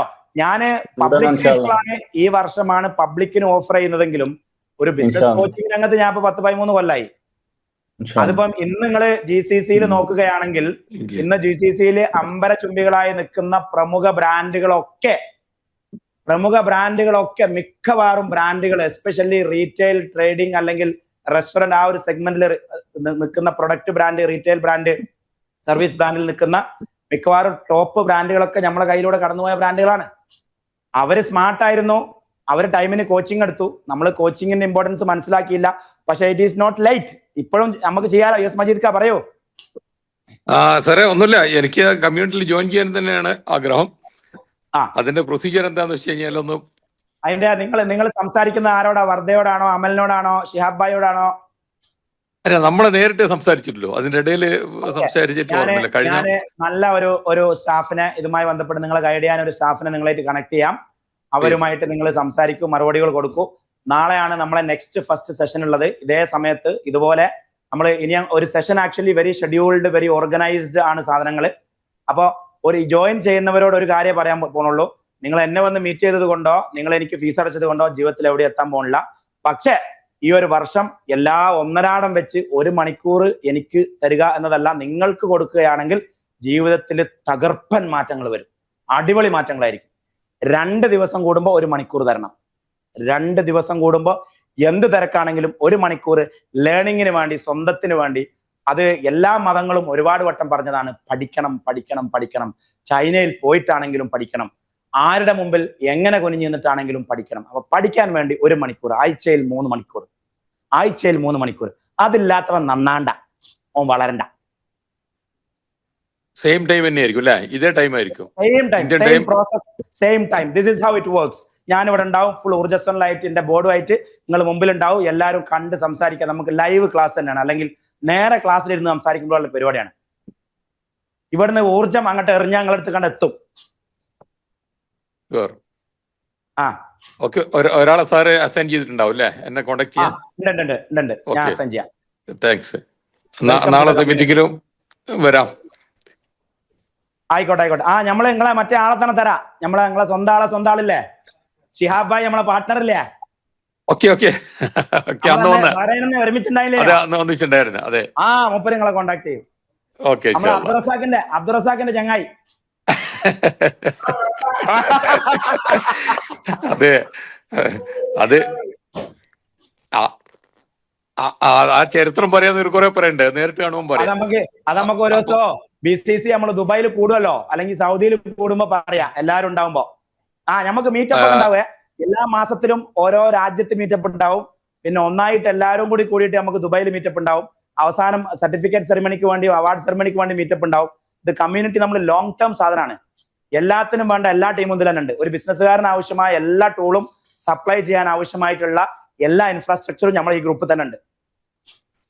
അപ്പൊ നമുക്ക് ഇപ്പൊ നിർത്തല്ലേ? ഇനി ചോദ്യം ചോദിക്കാൻ വേണ്ടി കൈ പൊന്തിച്ചിട്ട് ചോദിക്കാത്തവരാരുമില്ല. ഇപ്പൊ നിർത്തുകയാണ്. വൺസ് അഗൈൻ മൈ കൺക്ലൂഷൻ, കച്ചവടം വെറുതെ നമ്മള് എന്തായാലും പറയാ പട്ടി നയിച്ചും പോലെ നയിച്ചിട്ട് കാര്യമില്ല. കായ് കാണൂല, ജീവിതത്തിൽ എവിടെ എത്തൂല. സ്ട്രക്ചേർഡ് ആയിട്ട് നമുക്ക് അധ്വാനിക്കാം, എവിടെയെങ്കിലുമൊക്കെ എത്തും, കുടുംബത്തിലും എത്തും, ആരോഗ്യത്തിലും എത്തും, എല്ലാത്തിലും നമ്മൾ വളരും, പ്രോഫിറ്റും കാണും, വിഡ്രോവലും കാണും.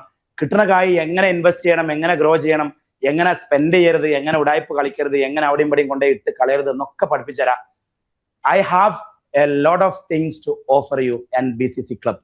അതായത് ഞാൻ എൻ്റെ ജീവിതത്തിൽ ഏറ്റവും കൂടുതൽ എഫേർട്ട് ഇട്ടിട്ടുള്ള, ഏറ്റവും കൂടുതൽ ടൈം കോൺട്രിബ്യൂട്ട് ചെയ്തിട്ടുള്ള, ഏറ്റവും കൂടുതൽ എൻ്റെ എനർജിയും എൻ്റെ തൊണ്ടയും സ്പെൻഡ് ചെയ്തിട്ടുള്ളത് BCC കമ്മ്യൂണിറ്റിക്ക് വേണ്ടിയാണ്. ഇൻ എ ഇയർ ഞാൻ പ്രോമിസ് ചെയ്തിരുന്നത് 152 hours ആണ്. പക്ഷെ ഇത് കണക്കൂട്ടി വരുമ്പോൾ you will get 300 hours of time. ഫൻഷീര, സംശയം ഉണ്ടോ? ഒരു ഡൗട്ടും ഇല്ല ഡോക്ടർ, 100%. അത് ചില നേരത്തെ അങ്ങനെയാണ്, നമുക്ക് മൂഡായ പിന്നെ നമ്മൾ സെറ്റപ്പാണ്. ഇപ്പൊ ഞാൻ ഇപ്പൊ മൂഡായിട്ടുള്ളത് സി യു ഓൾ ഇൻ എന്തായാലും പറയാ BCC ടുമാറോ. നാളെ ഇതേ സമയം ദുബായ് ടൈം 8 മണി, സൗദി ടൈം 7 മണി, ഇന്ത്യൻ ടൈം 9:30 BCC സെഷനിൽ വെച്ച് എല്ലാവരെയും കാണാം. C you all. ദൈവം അനുഗ്രഹിക്കും.